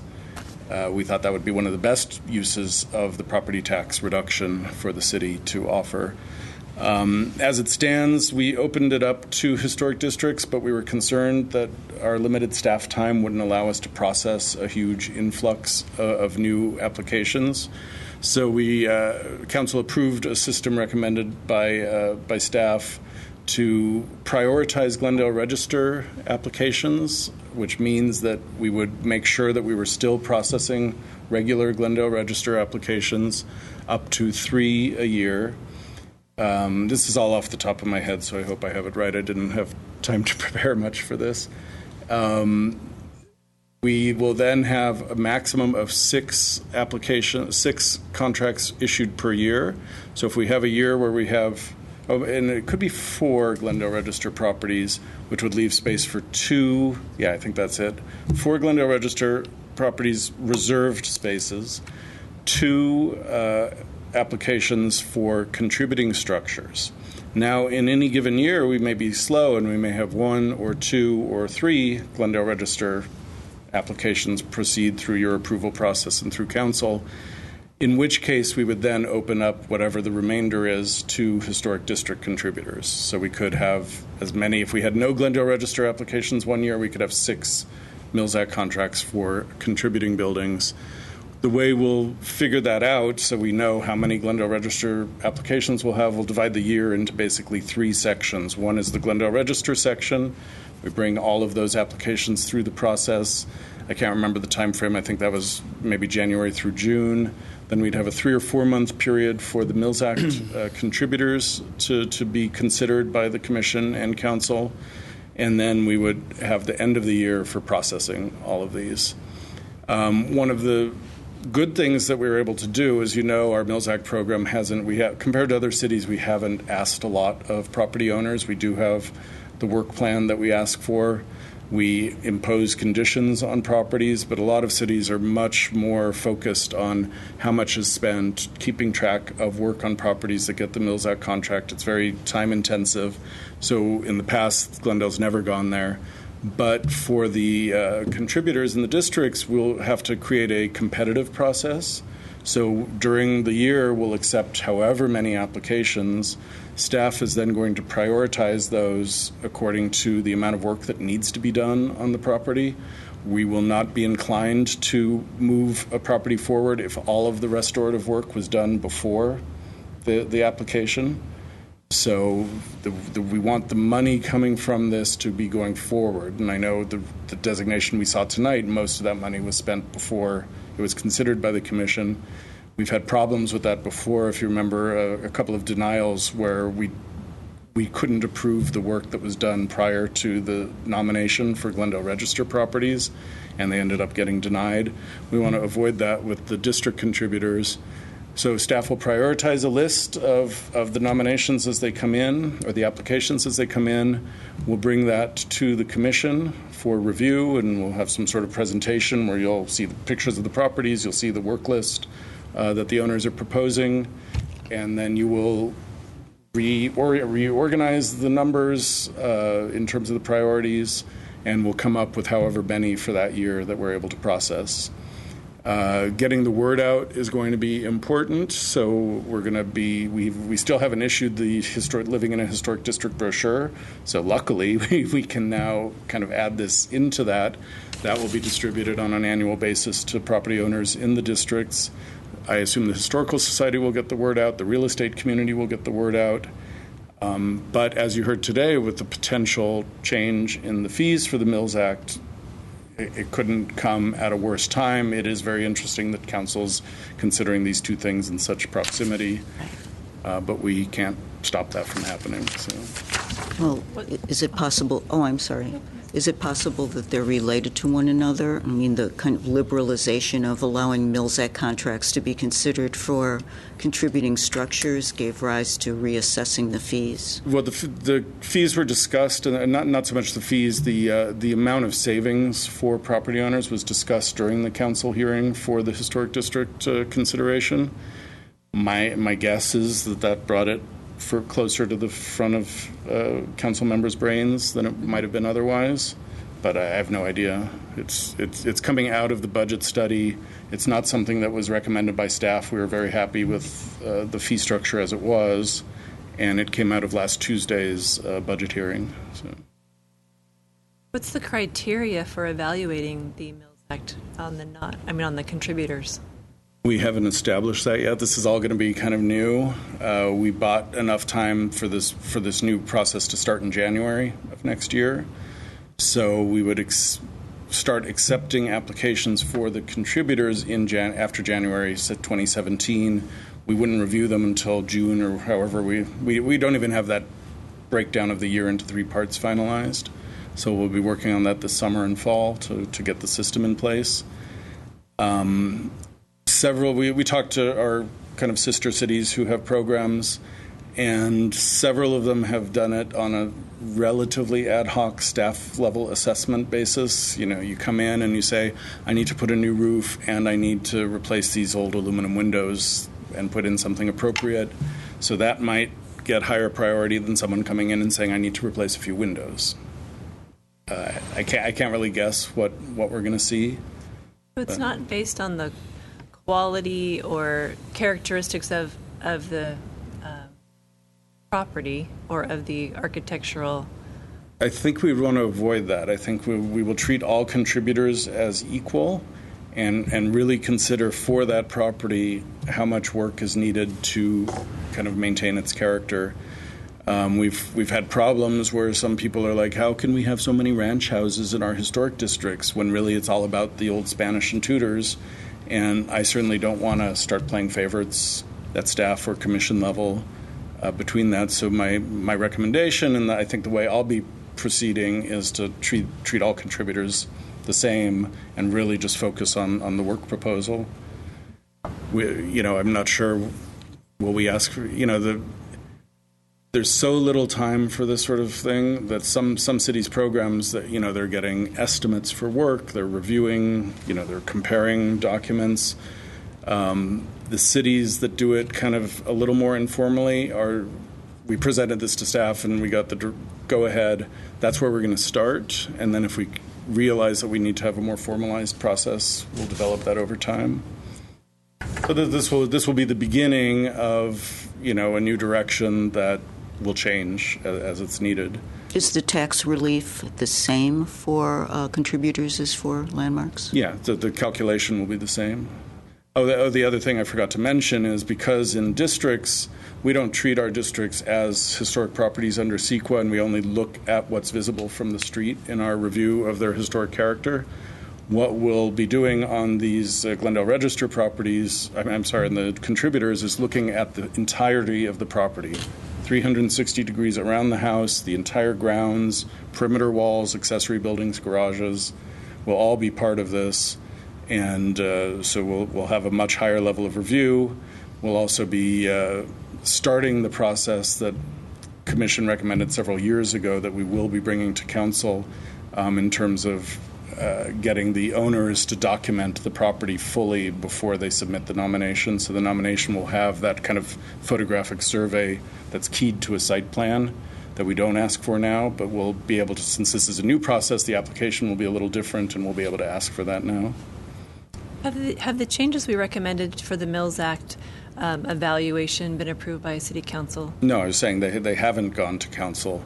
My goal is to have that happen this calendar year so that they're in place. The question that we've had is how do we make those retroactive to previous contract holders? I think it wouldn't make a lot of sense and it wouldn't get us out of our obligation under the state to inspect the properties unless we held everyone to the same standard for the 5-year cycle of inspections. In my head, I have a way to do that through threatening to cancel contract, or not cancel, but to not renew contracts. But we haven't talked about that with the city attorney's office yet. But I think that'll probably work out. Yeah, if my commissioners agree, I would strongly recommend that that's put in place prior to January 1st. Yeah, it's on our goal list to have that done before the end of the year. And will we be participating in sort of putting together the plan, or the plan? The whole, like, how you're going to divide up the year and what the criteria is going to be? No. The staff is going to figure out how staff will process. The criteria are going to be the same. Well, you will. Yes, you'll be involved in terms of looking at all of the applications in each calendar year or each segment of the year, and we'll have a recommended list of priorities, and you'll be able to rejigger that to your. You'll have the final say on the order of those. But in terms of us figuring out what month to end the first period and start the second period, we're going to work that out at the staff level. But you'll work it out, and then we'll have a public review of it here so that it can just be reviewed. If we're just talking about the logistics of, and I appreciate that the Commission felt blindsided by Council asking for this report, but that is how it works in Glendale. The Commission implements policy that's developed by City Council rather than the other way around. And staff was given direction to kind of make this work and then bring it to the Commission. And I'm not sure what, unless you disagreed with any of the things that were approved by Council, the logistics in terms of saying, is it going to be a January through June or January through May kind of Glendale Register period? I don't know that it has any impact on your review ultimately. Well, I was thinking just to go over it in the public domain, not necessarily to pick it apart and rewrite it, but rather to give everybody an understanding. We can bring that to the director and to the city manager ultimately. So I'll put that down as a request from the council or from the commission to look at it more closely. But basically, we'll be implementing what was approved by city council. And you can, review the staff report, which pretty much lays it out without having the specifics in terms of those dates. But the kind of goals and the steps in the process are pretty clearly laid out. When will we get to see that? The staff report's available online, but if you send me an email, we could get it out to you. So, because I think there's probably a lot of details to be worked out in policies and procedures of implementing that. So if we can request a chance to be involved and participate in review, I would. All I know is the way things work is that often doesn't happen, and our direction has been that staff works this out under the direction of council. I'm not personally trying to deny you the opportunity, but I believe this is how this sort of thing has always worked.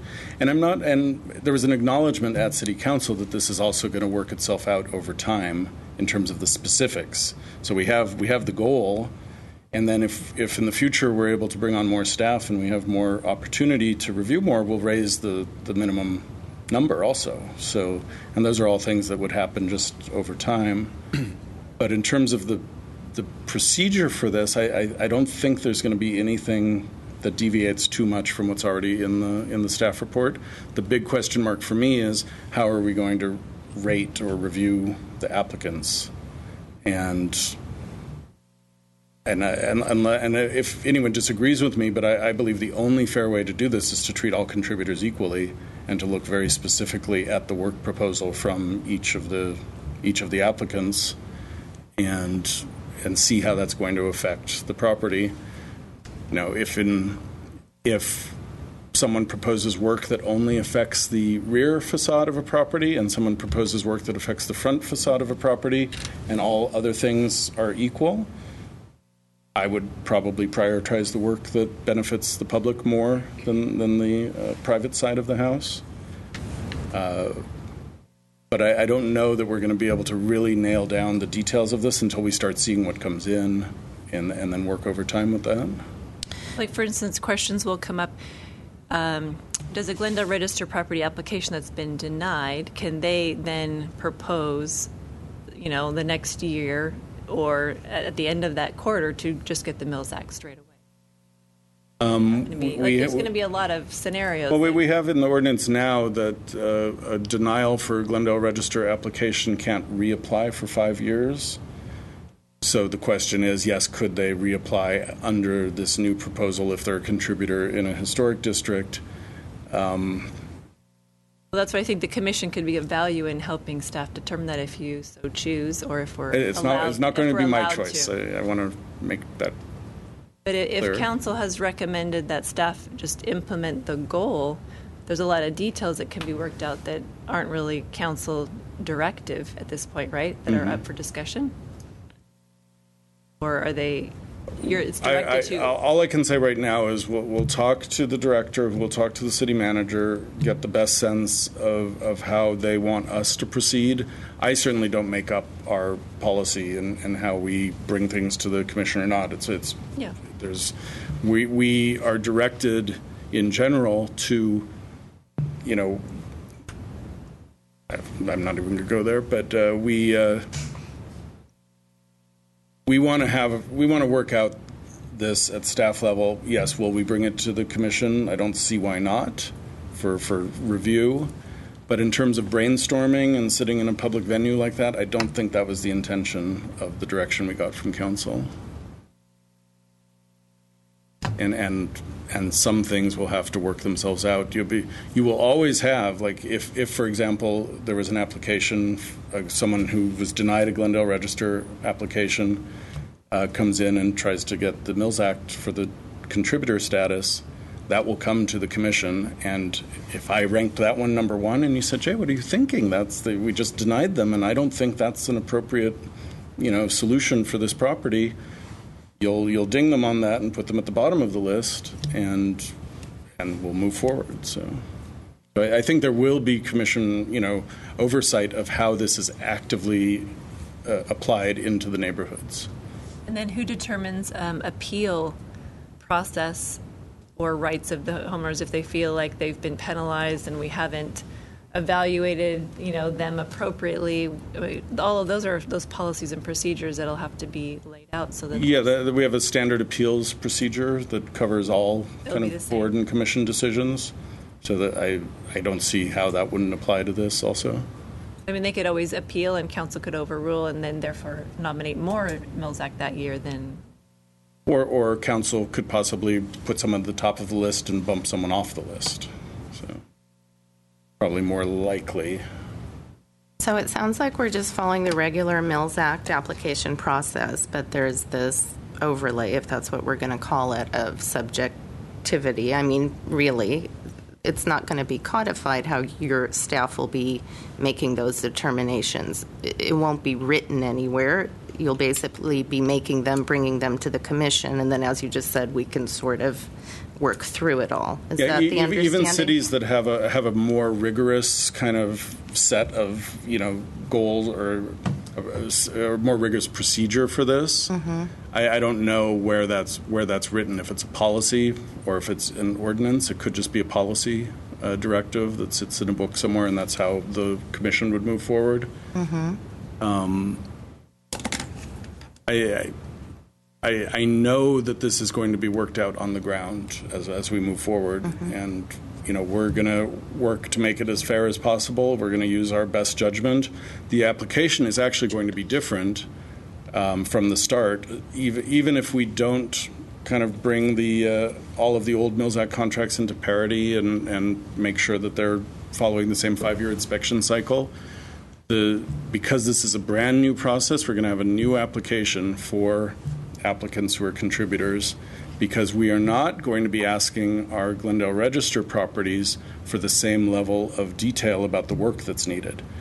Glendale Register being a higher level designation than a district contributor, we believe that, like the house we saw today, if you come in with a house that's beautiful, that doesn't need any work, we're not going to penalize you for that if you're eligible for the Glendale Register. If you're merely a contributor in a historic district where the city's already protected, we are very comfortable that our historic district protections are going to maintain the character of that property over time, as seen from the street, we're going to treat that differently than these Glendale Register properties.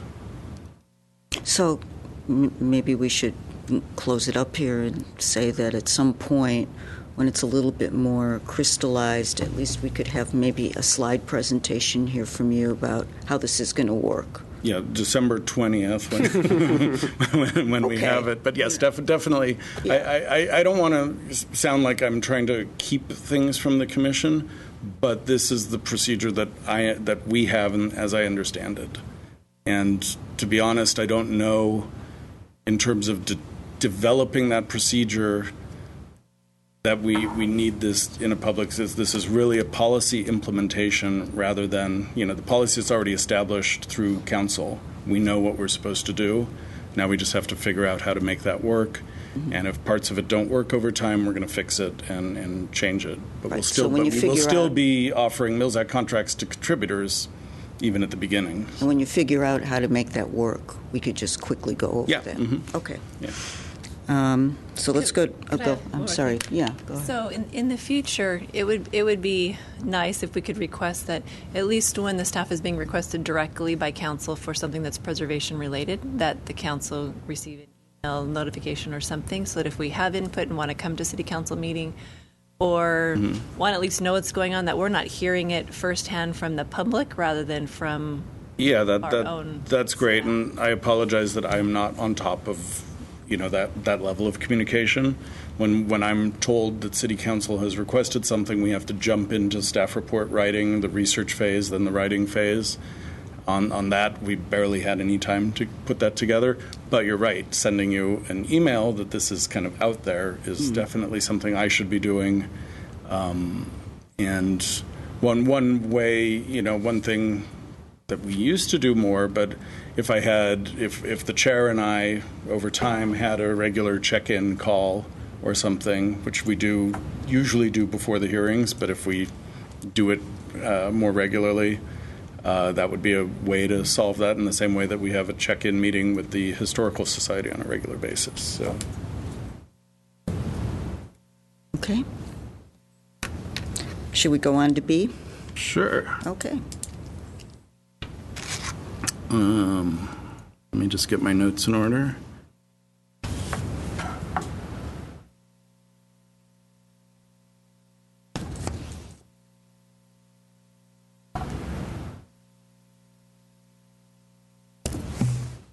Okay, so this is a kind of just an update on how staff processes, here we are, how we do design review exemptions. And to step back from that, the phrase design review exemption sounds like it means that there's no design review. That is not the case. It's kind of unfortunate language that was chosen years ago for this process for all design review that we do in the planning division, whether it's historic properties or regular properties. It means design review board exemptions, right? It means exemption from board review, exactly. Right. Okay. So what we think of it as is design review exemptions are staff-level approvals, basically an over-the-counter permit, which doesn't mean that you just come to the permit, show your drawings, and get the approval. We often have an incredibly long series of meetings, over time, which can be a very long time, with applicants to bring things to the point where we can either exempt it or we then have to kick it up to higher review, whether it's design review board, administrative design review, which I'll mention in a second, or, of course, HPC. So the over-the-counter process basically is someone comes in, we never know what's coming in, generally, and we have staff at the counter who do a planning review. They look at it, and then it moves up the chain. So there are certain things, if someone comes in and says, I'm doing interior renovations to my Glendale Register house, the staff person will verify that the drawings only show internal work, that nothing is affecting the outside. They will ask for the hold to be taken off the property because we have holds on all of our designated and most of our surveyed properties. And we will then move forward with processing the permit for the interior work and then put the hold back on. So that's the easiest, best case, quickest scenario. For other work, whether it's a window change out or an addition or bigger projects, we kind of move it up the ladder as needed. In the Historic Preservation Ordinance, which guides all of our kind of design review work for Glendale Register properties, we have thresholds that were established for the design review board, which means that if a project includes over 200 square feet of addition at the front of a property, or over 700 square feet, either total addition or 700 square feet at the rear, even if nothing's visible at the front, that gets kicked up a notch. We can't do a staff-level approval for that. So that's written into our Glendale Register ordinance. It's also the threshold we use for historic districts. Generally, we so far haven't gotten a lot, I can't even think of any at the front of a property, but we have had, you have reviewed work at the side of a property on a historic district property recently in Rockmont Park. So the goal is to first see if something meets the threshold and then see if it meets the Secretary of the Interior standards. So if something is a 500 square foot addition at the rear of a Glendale Register or historic district property and the work meets the Secretary of the Interior standards, we can approve that at staff level and move forward without ever coming to the commission, without ever there being a public hearing or the administrative process that, again, I'll mention in a second. We do have the ability to kick something up to the commission. So if you remember, shortly after his name was the son was the architect, the house on Royal Boulevard. Starts with a B, right? Burkhardt? Burkhardt, exactly. The Burkhardt house on Royal Boulevard is that kind of 1940 modern house. And shortly after the designation and the Mills Act contract was opened, the owners came in with a proposal for an addition. The addition met the threshold. It was a relatively small addition, and we felt it met the Secretary of the Interior standards, but we were surprised, A, that it came in so quickly after signing a contract, and B, the Commission hadn't reviewed additions to historic properties very much. So we wanted that definitely to be reviewed by the Commission. As staffing has diminished, our direction is to bring things, whether it's for the Design Review Board or HPC, through staff-level approval process as much as we can, because it streamlines the work and gets things moving more quickly. So that's the direction we're working in. The administrative design review process was established through a series of working groups with members of the design community and homeowners groups looking at Glendale citywide in our citywide design review. And we created a middle step between the staff permit and going to the design review board called the administrative design review process. What that means is it's a project that doesn't meet the thresholds, but doesn't necessarily need to go to the board. So we make an in-house decision based on various aspects of the project, whether we can do the ADR or the DRB process. The difference is there's no public hearing in the ADR, but there's still noticing of the public within a 500-foot radius of the property, and we receive comments from the neighbors. Comments that are germane will enter into our decision-making in terms of whether we can approve it or whether we need to kick it up to the design review board. Example of germane comments would be they're building a deck and it's staring right into my pool in my backyard, and why is staff ready to approve this? If we think that's germane and we can't solve that problem through design mitigations that we might be able to work out with the owner, we'll kick it up to the board. We have never used the ADR process in historic properties, and originally we were thinking let's focus on DRB, citywide design review for this. We may end up going in that direction. The form has a checkbox for HPC on it. We just haven't used it yet. But that would be something we would let the commission know. All of the homeowners groups are notified, and the historical society is notified for all ADR applications. So there's transparency in terms of the work that's going forward, and all of these projects end up on the city website for upcoming projects, so people can review that and know it's coming. And there's a sign posted on the property, just as there is for HPC review or DRB review. So as much as possible, there's definitely public noticing, and then we take comments. If someone comes in and comments and says, hey, I'm a light, or I work at night and I sleep during the day and there's going to be construction noise next door, that's the kind of thing that we can't stop a project because of. So that would be an example of a comment that's not germane, and if there were no other issues in the neighborhood, we would let that move forward through the ADR process.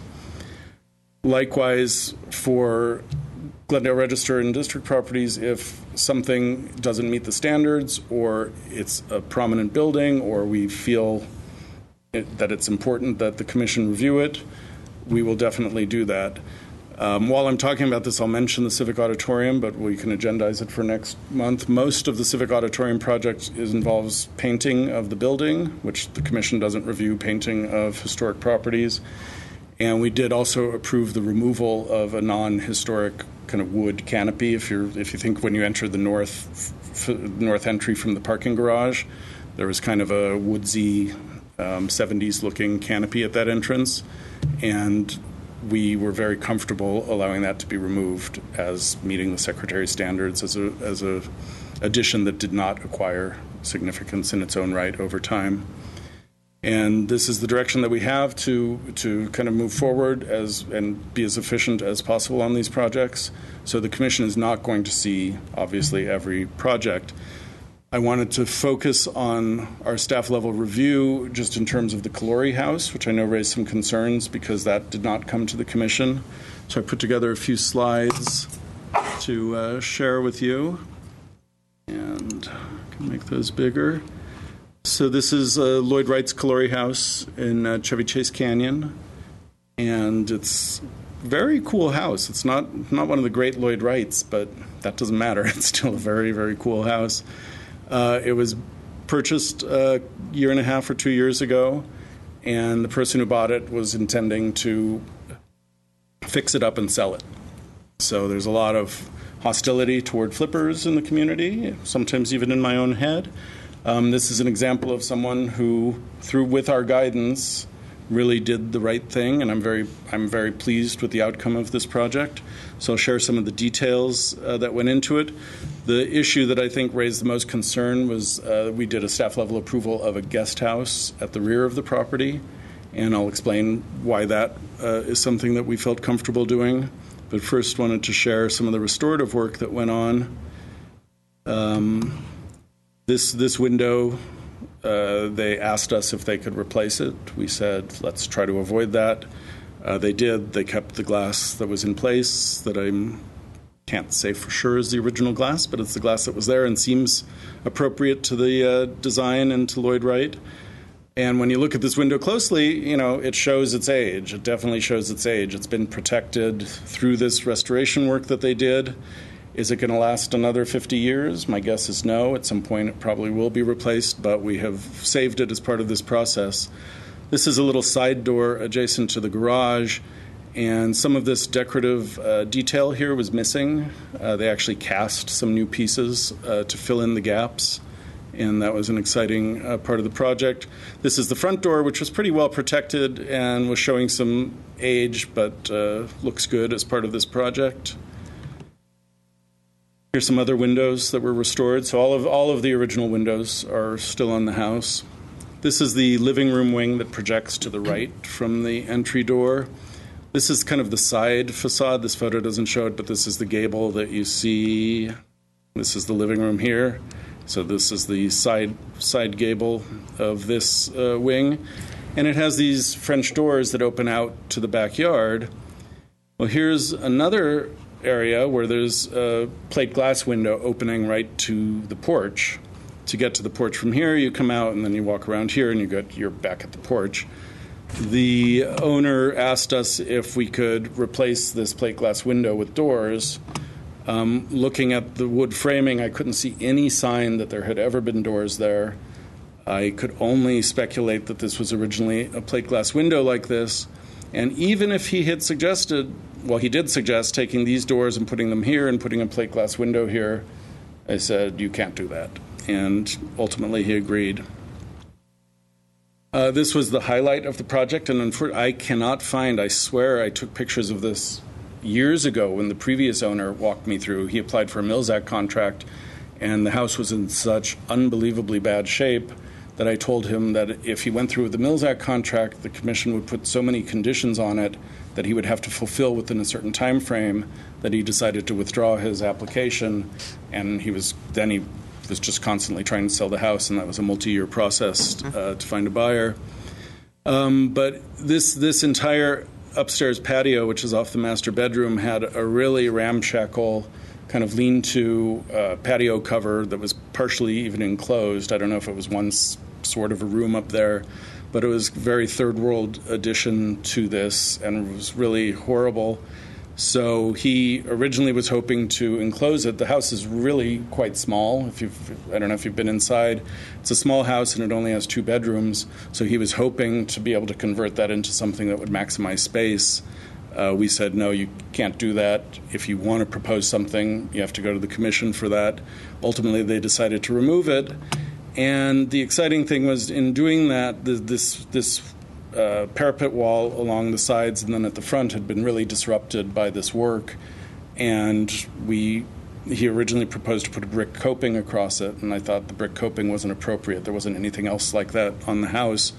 So we came up with this rounded coping design for the top of the wall that reflects the kind of overall sculptural quality of the house, and I think it was the right decision, though I never saw historic photos showing this area to know for sure.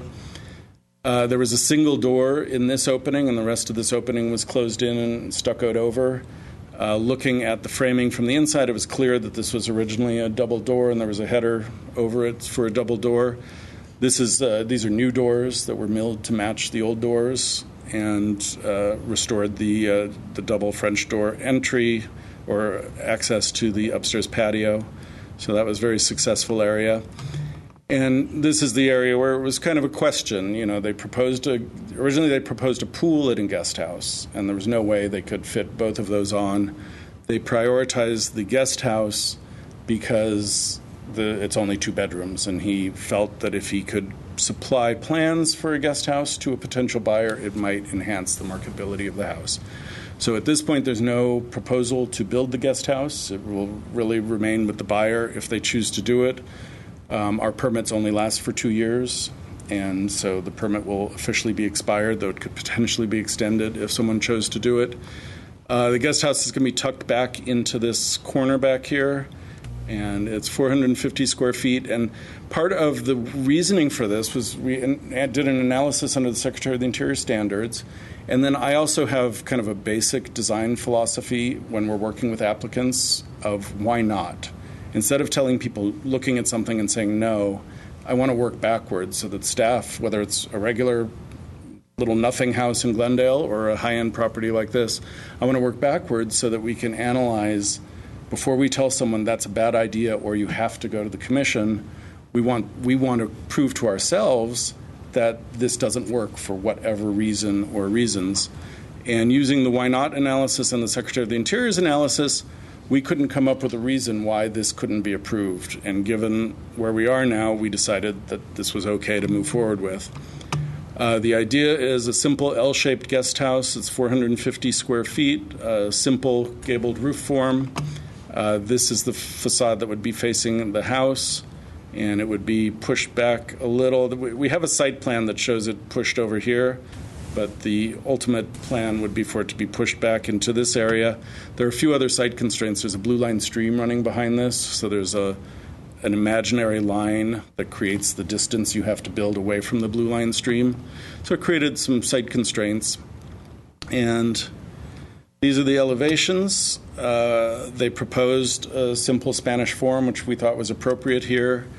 We didn't want to start duplicating the Lloyd Wright look, but also we didn't want it to just be a complete little Spanish box.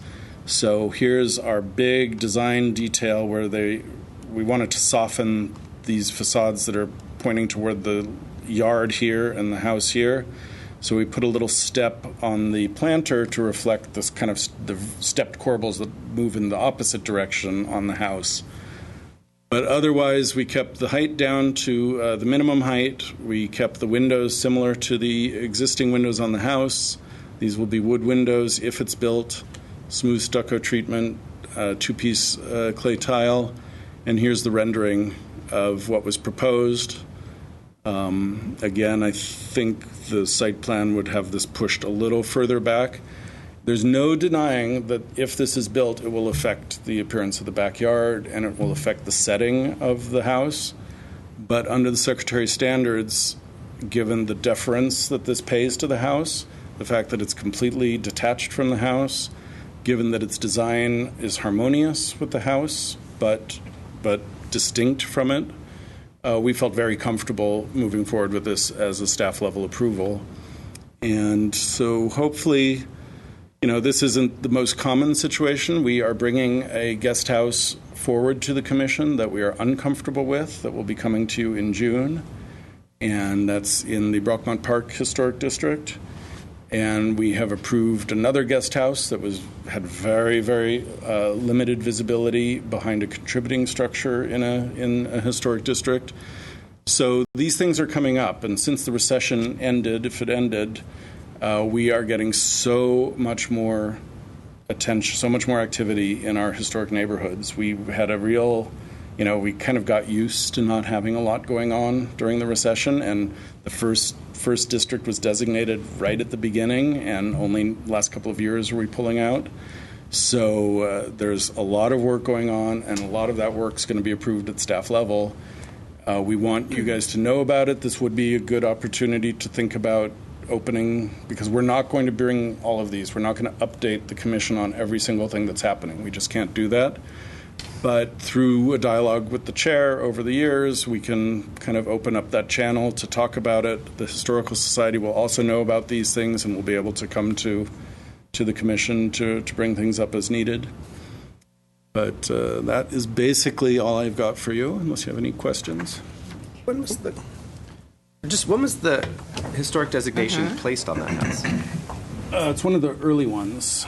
I believe it's one of the first 37 that was... So all of that thing up on that patio with the lean-to thing you were talking about, that was all done after the designation, is that right?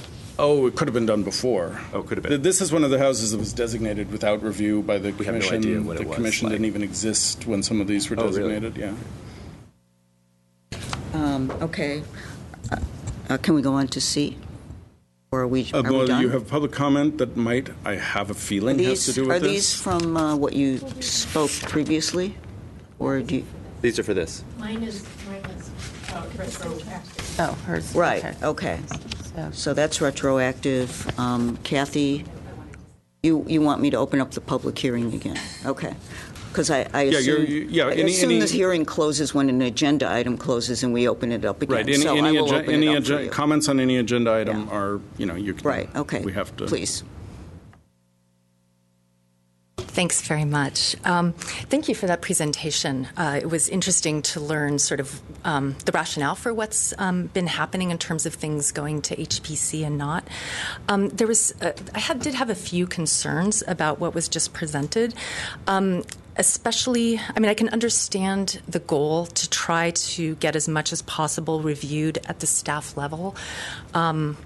But my concern has to do with what we just learned about Standard 6. Standard 6 was the one that dealt with repair, not replacement. And the presentation, the webinar, was crystal clear, I thought, that only when a feature is beyond repair, that's a quote, should replacement be considered. It talked further about when something is too deteriorated to repair, then you would replace it in a way that it matches in, and I'm going to forget the litany, profile, materials, XYZ, so that it matches the original as closely as possible. I'm concerned because we've had things that have come to the commission, and I'm thinking of a historic district contributor that I can't remember the address, but where the windows, the steel windows, had been changed out for bulky wood windows, and the brick had been replaced with stucco, and they were the ones that had wanted to put in the giant metal gate. And the reason that came to the commission at all was because of the gate, because the owners were appealing staff decision not to allow the gate. That means that the windows would not have come before the HPC. The owners were unable to present any evidence of that those windows were so badly deteriorated that they had to be replaced because they had destroyed the windows. I'm guessing that there are other window replacements that are being approved for reasons other than deterioration so severe that they need to be replaced. And what Mr. Platt had said, that work that on Glendale Register and Historic District contributors that does not meet the standards has to come before the HPC. If there's a chance that staff is approving window replacements for anything besides too deteriorated to repair, that should be coming before you. It seemed to me the lesson of that presentation. I also just wanted to add just a point about I agree that the Calori House restoration is a really beautiful job. But again, I'm not sure why there was a suggestion that something may not have been original. And this has come up in our conversations. And John Locascio is a historic preservation architect.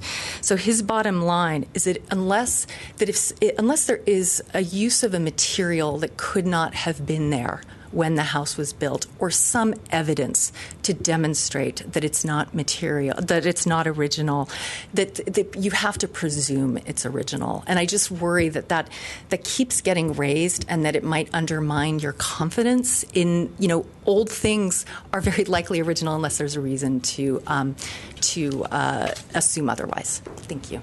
Thank you. Yeah. Anyone else? Okay, I will close the public hearing. And if there's no other comments on this discussion point, we'll go to the last one. So, are there? Okay. Okay, this raises the question that I kind of alluded to when we were talking about the commission raising new subjects. This is a non-contributing house in Ross Moines that was raised at the hearing 2 months ago, and we didn't have a hearing last month about some work that was going on, and the question was, did it have permits? And at the time it was raised, I think we didn't know if it had permits or not. Staff determined that there was an application for the replacement of 6 non-original wood windows with windows to match on a non-contributing structure, which meets the Historic District Design Guidelines. No other work that we know of is proposed at this time. This This enclosed balcony, we heard, was going to be reopened. If someone came forward with a proposal to do that, we would very likely be able to approve that at staff level. And just to reiterate or to comment on Ms. Yurka's comments, the Historic District Design Guidelines allow for vinyl windows to be installed at side facades of Historic District properties.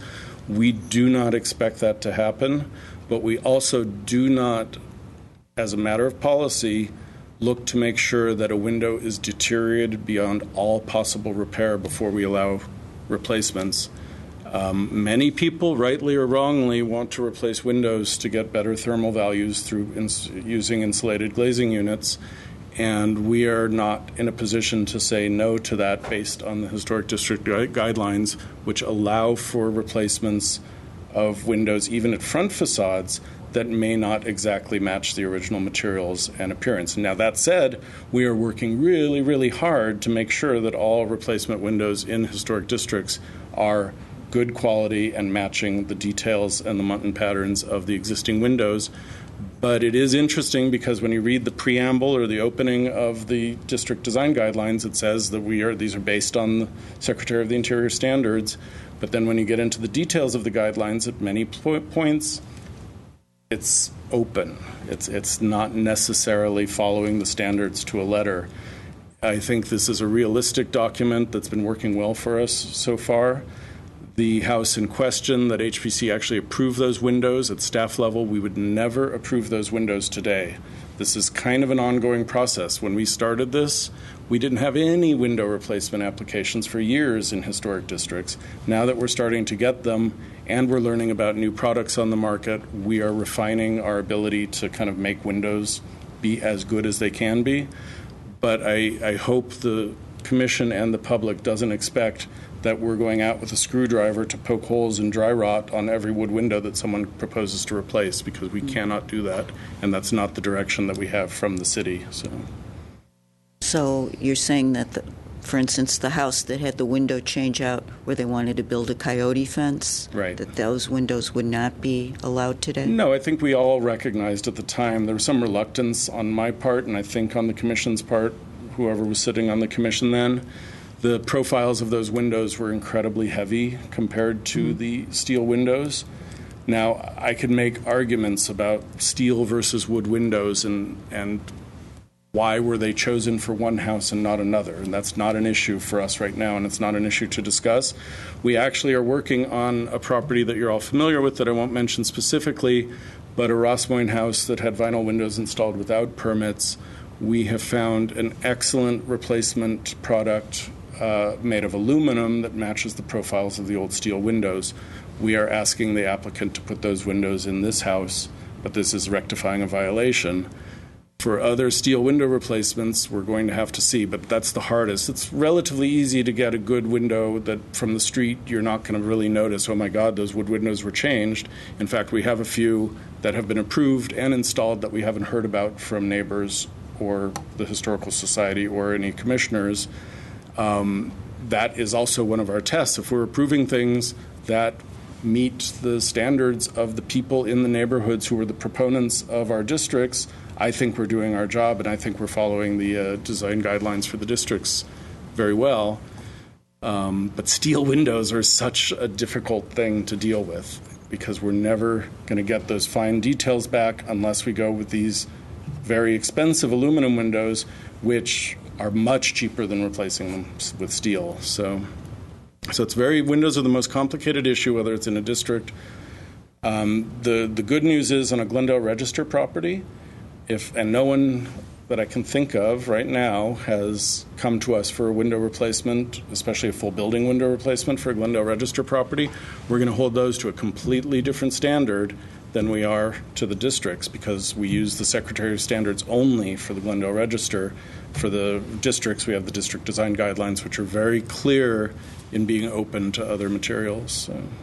So will that, okay, because I was thinking about that earlier. When we start doing the Mills Act to contributors in historic districts will we be applying? We'll be applying the higher Yeah, standard. the Glendale Register Mills Act standards will then apply to that house on an ongoing basis. So, because they're going to have the contract on an ongoing basis. You know, and I'll be honest with you, there's another house in the Rossmine Historic District, a beautiful little Tudor that I know the interior is being completely blown out, and that's okay. We have no purview over interior, but all the windows just went out, and it just frightens me to think what might be going in. But that's why, you know, when we hear from commissioners or from the public that there's work, oh my God, something's happening, we will relay that immediately to neighborhood services. It's their job to verify if any permits were pulled, and then permits were pulled, but I just always cringe a little bit because one never knows exactly what's going in. The drawings are available for public review when a permit's in progress. You can call me to make sure that I was involved, and hopefully that gives you some comfort. But if it doesn't, you can look at the drawings and give feedback, like staff is not moving in the right direction in terms of interpreting the guidelines. I'm sorry, one more. Jay, are you the only one removing the holes, or no? We have a group of people authorized. Okay. So it wouldn't necessarily go through you if they have a permit. Someone else could have removed the hold. Well, the only people who are doing design review on hold removals are the preservation trained staff and other staff for various reasons.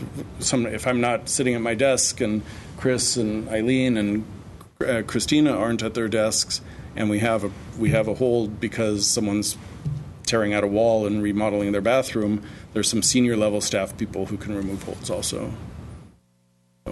So did you get a clear answer on what types of windows are going to be going in under the permit? No.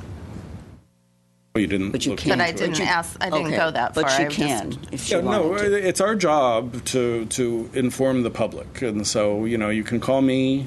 You can call Chris. We're available to help you guys or help any member of the public who's concerned about what's happening in their neighborhood, whether it's historic or not.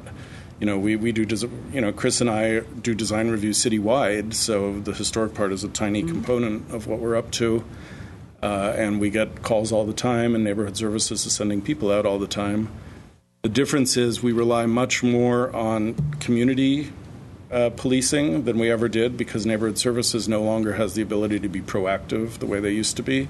So we're really dependent on responding to calls that are coming in. So. Okay. Is anyone else? Well, I had a quick question. On the slide, I can't read the last line because it's being covered by the replace the lamp note. What does it say there? There was one window at the garage that wasn't visible from the street. So the permits being pulled are only for window replacement, nothing else? As far as I've seen. Okay. So if you know something else is going on, let us know. Yeah. Are we ready to adjourn the meeting? Oh, I had one more question. Yes, Inspector Colombo. The answer is no. Yes. The answer is not yet. I didn't quite understand your comment earlier about being sensitive to, in this forum, bringing up specific addresses, and I want to make sure I understood the... Only because things aren't agendized, right. And it puts an owner who might want to respond to something that we say. Yes. And this house, we put on the agenda specifically. This is the sort of thing that we would rather work out in a non-public forum because it turned out to be kind of a non-issue in terms of the city and the permitting. So we just want to be a little more careful about that. Thanks. Okay, the meeting is adjourned. Thank you all very much.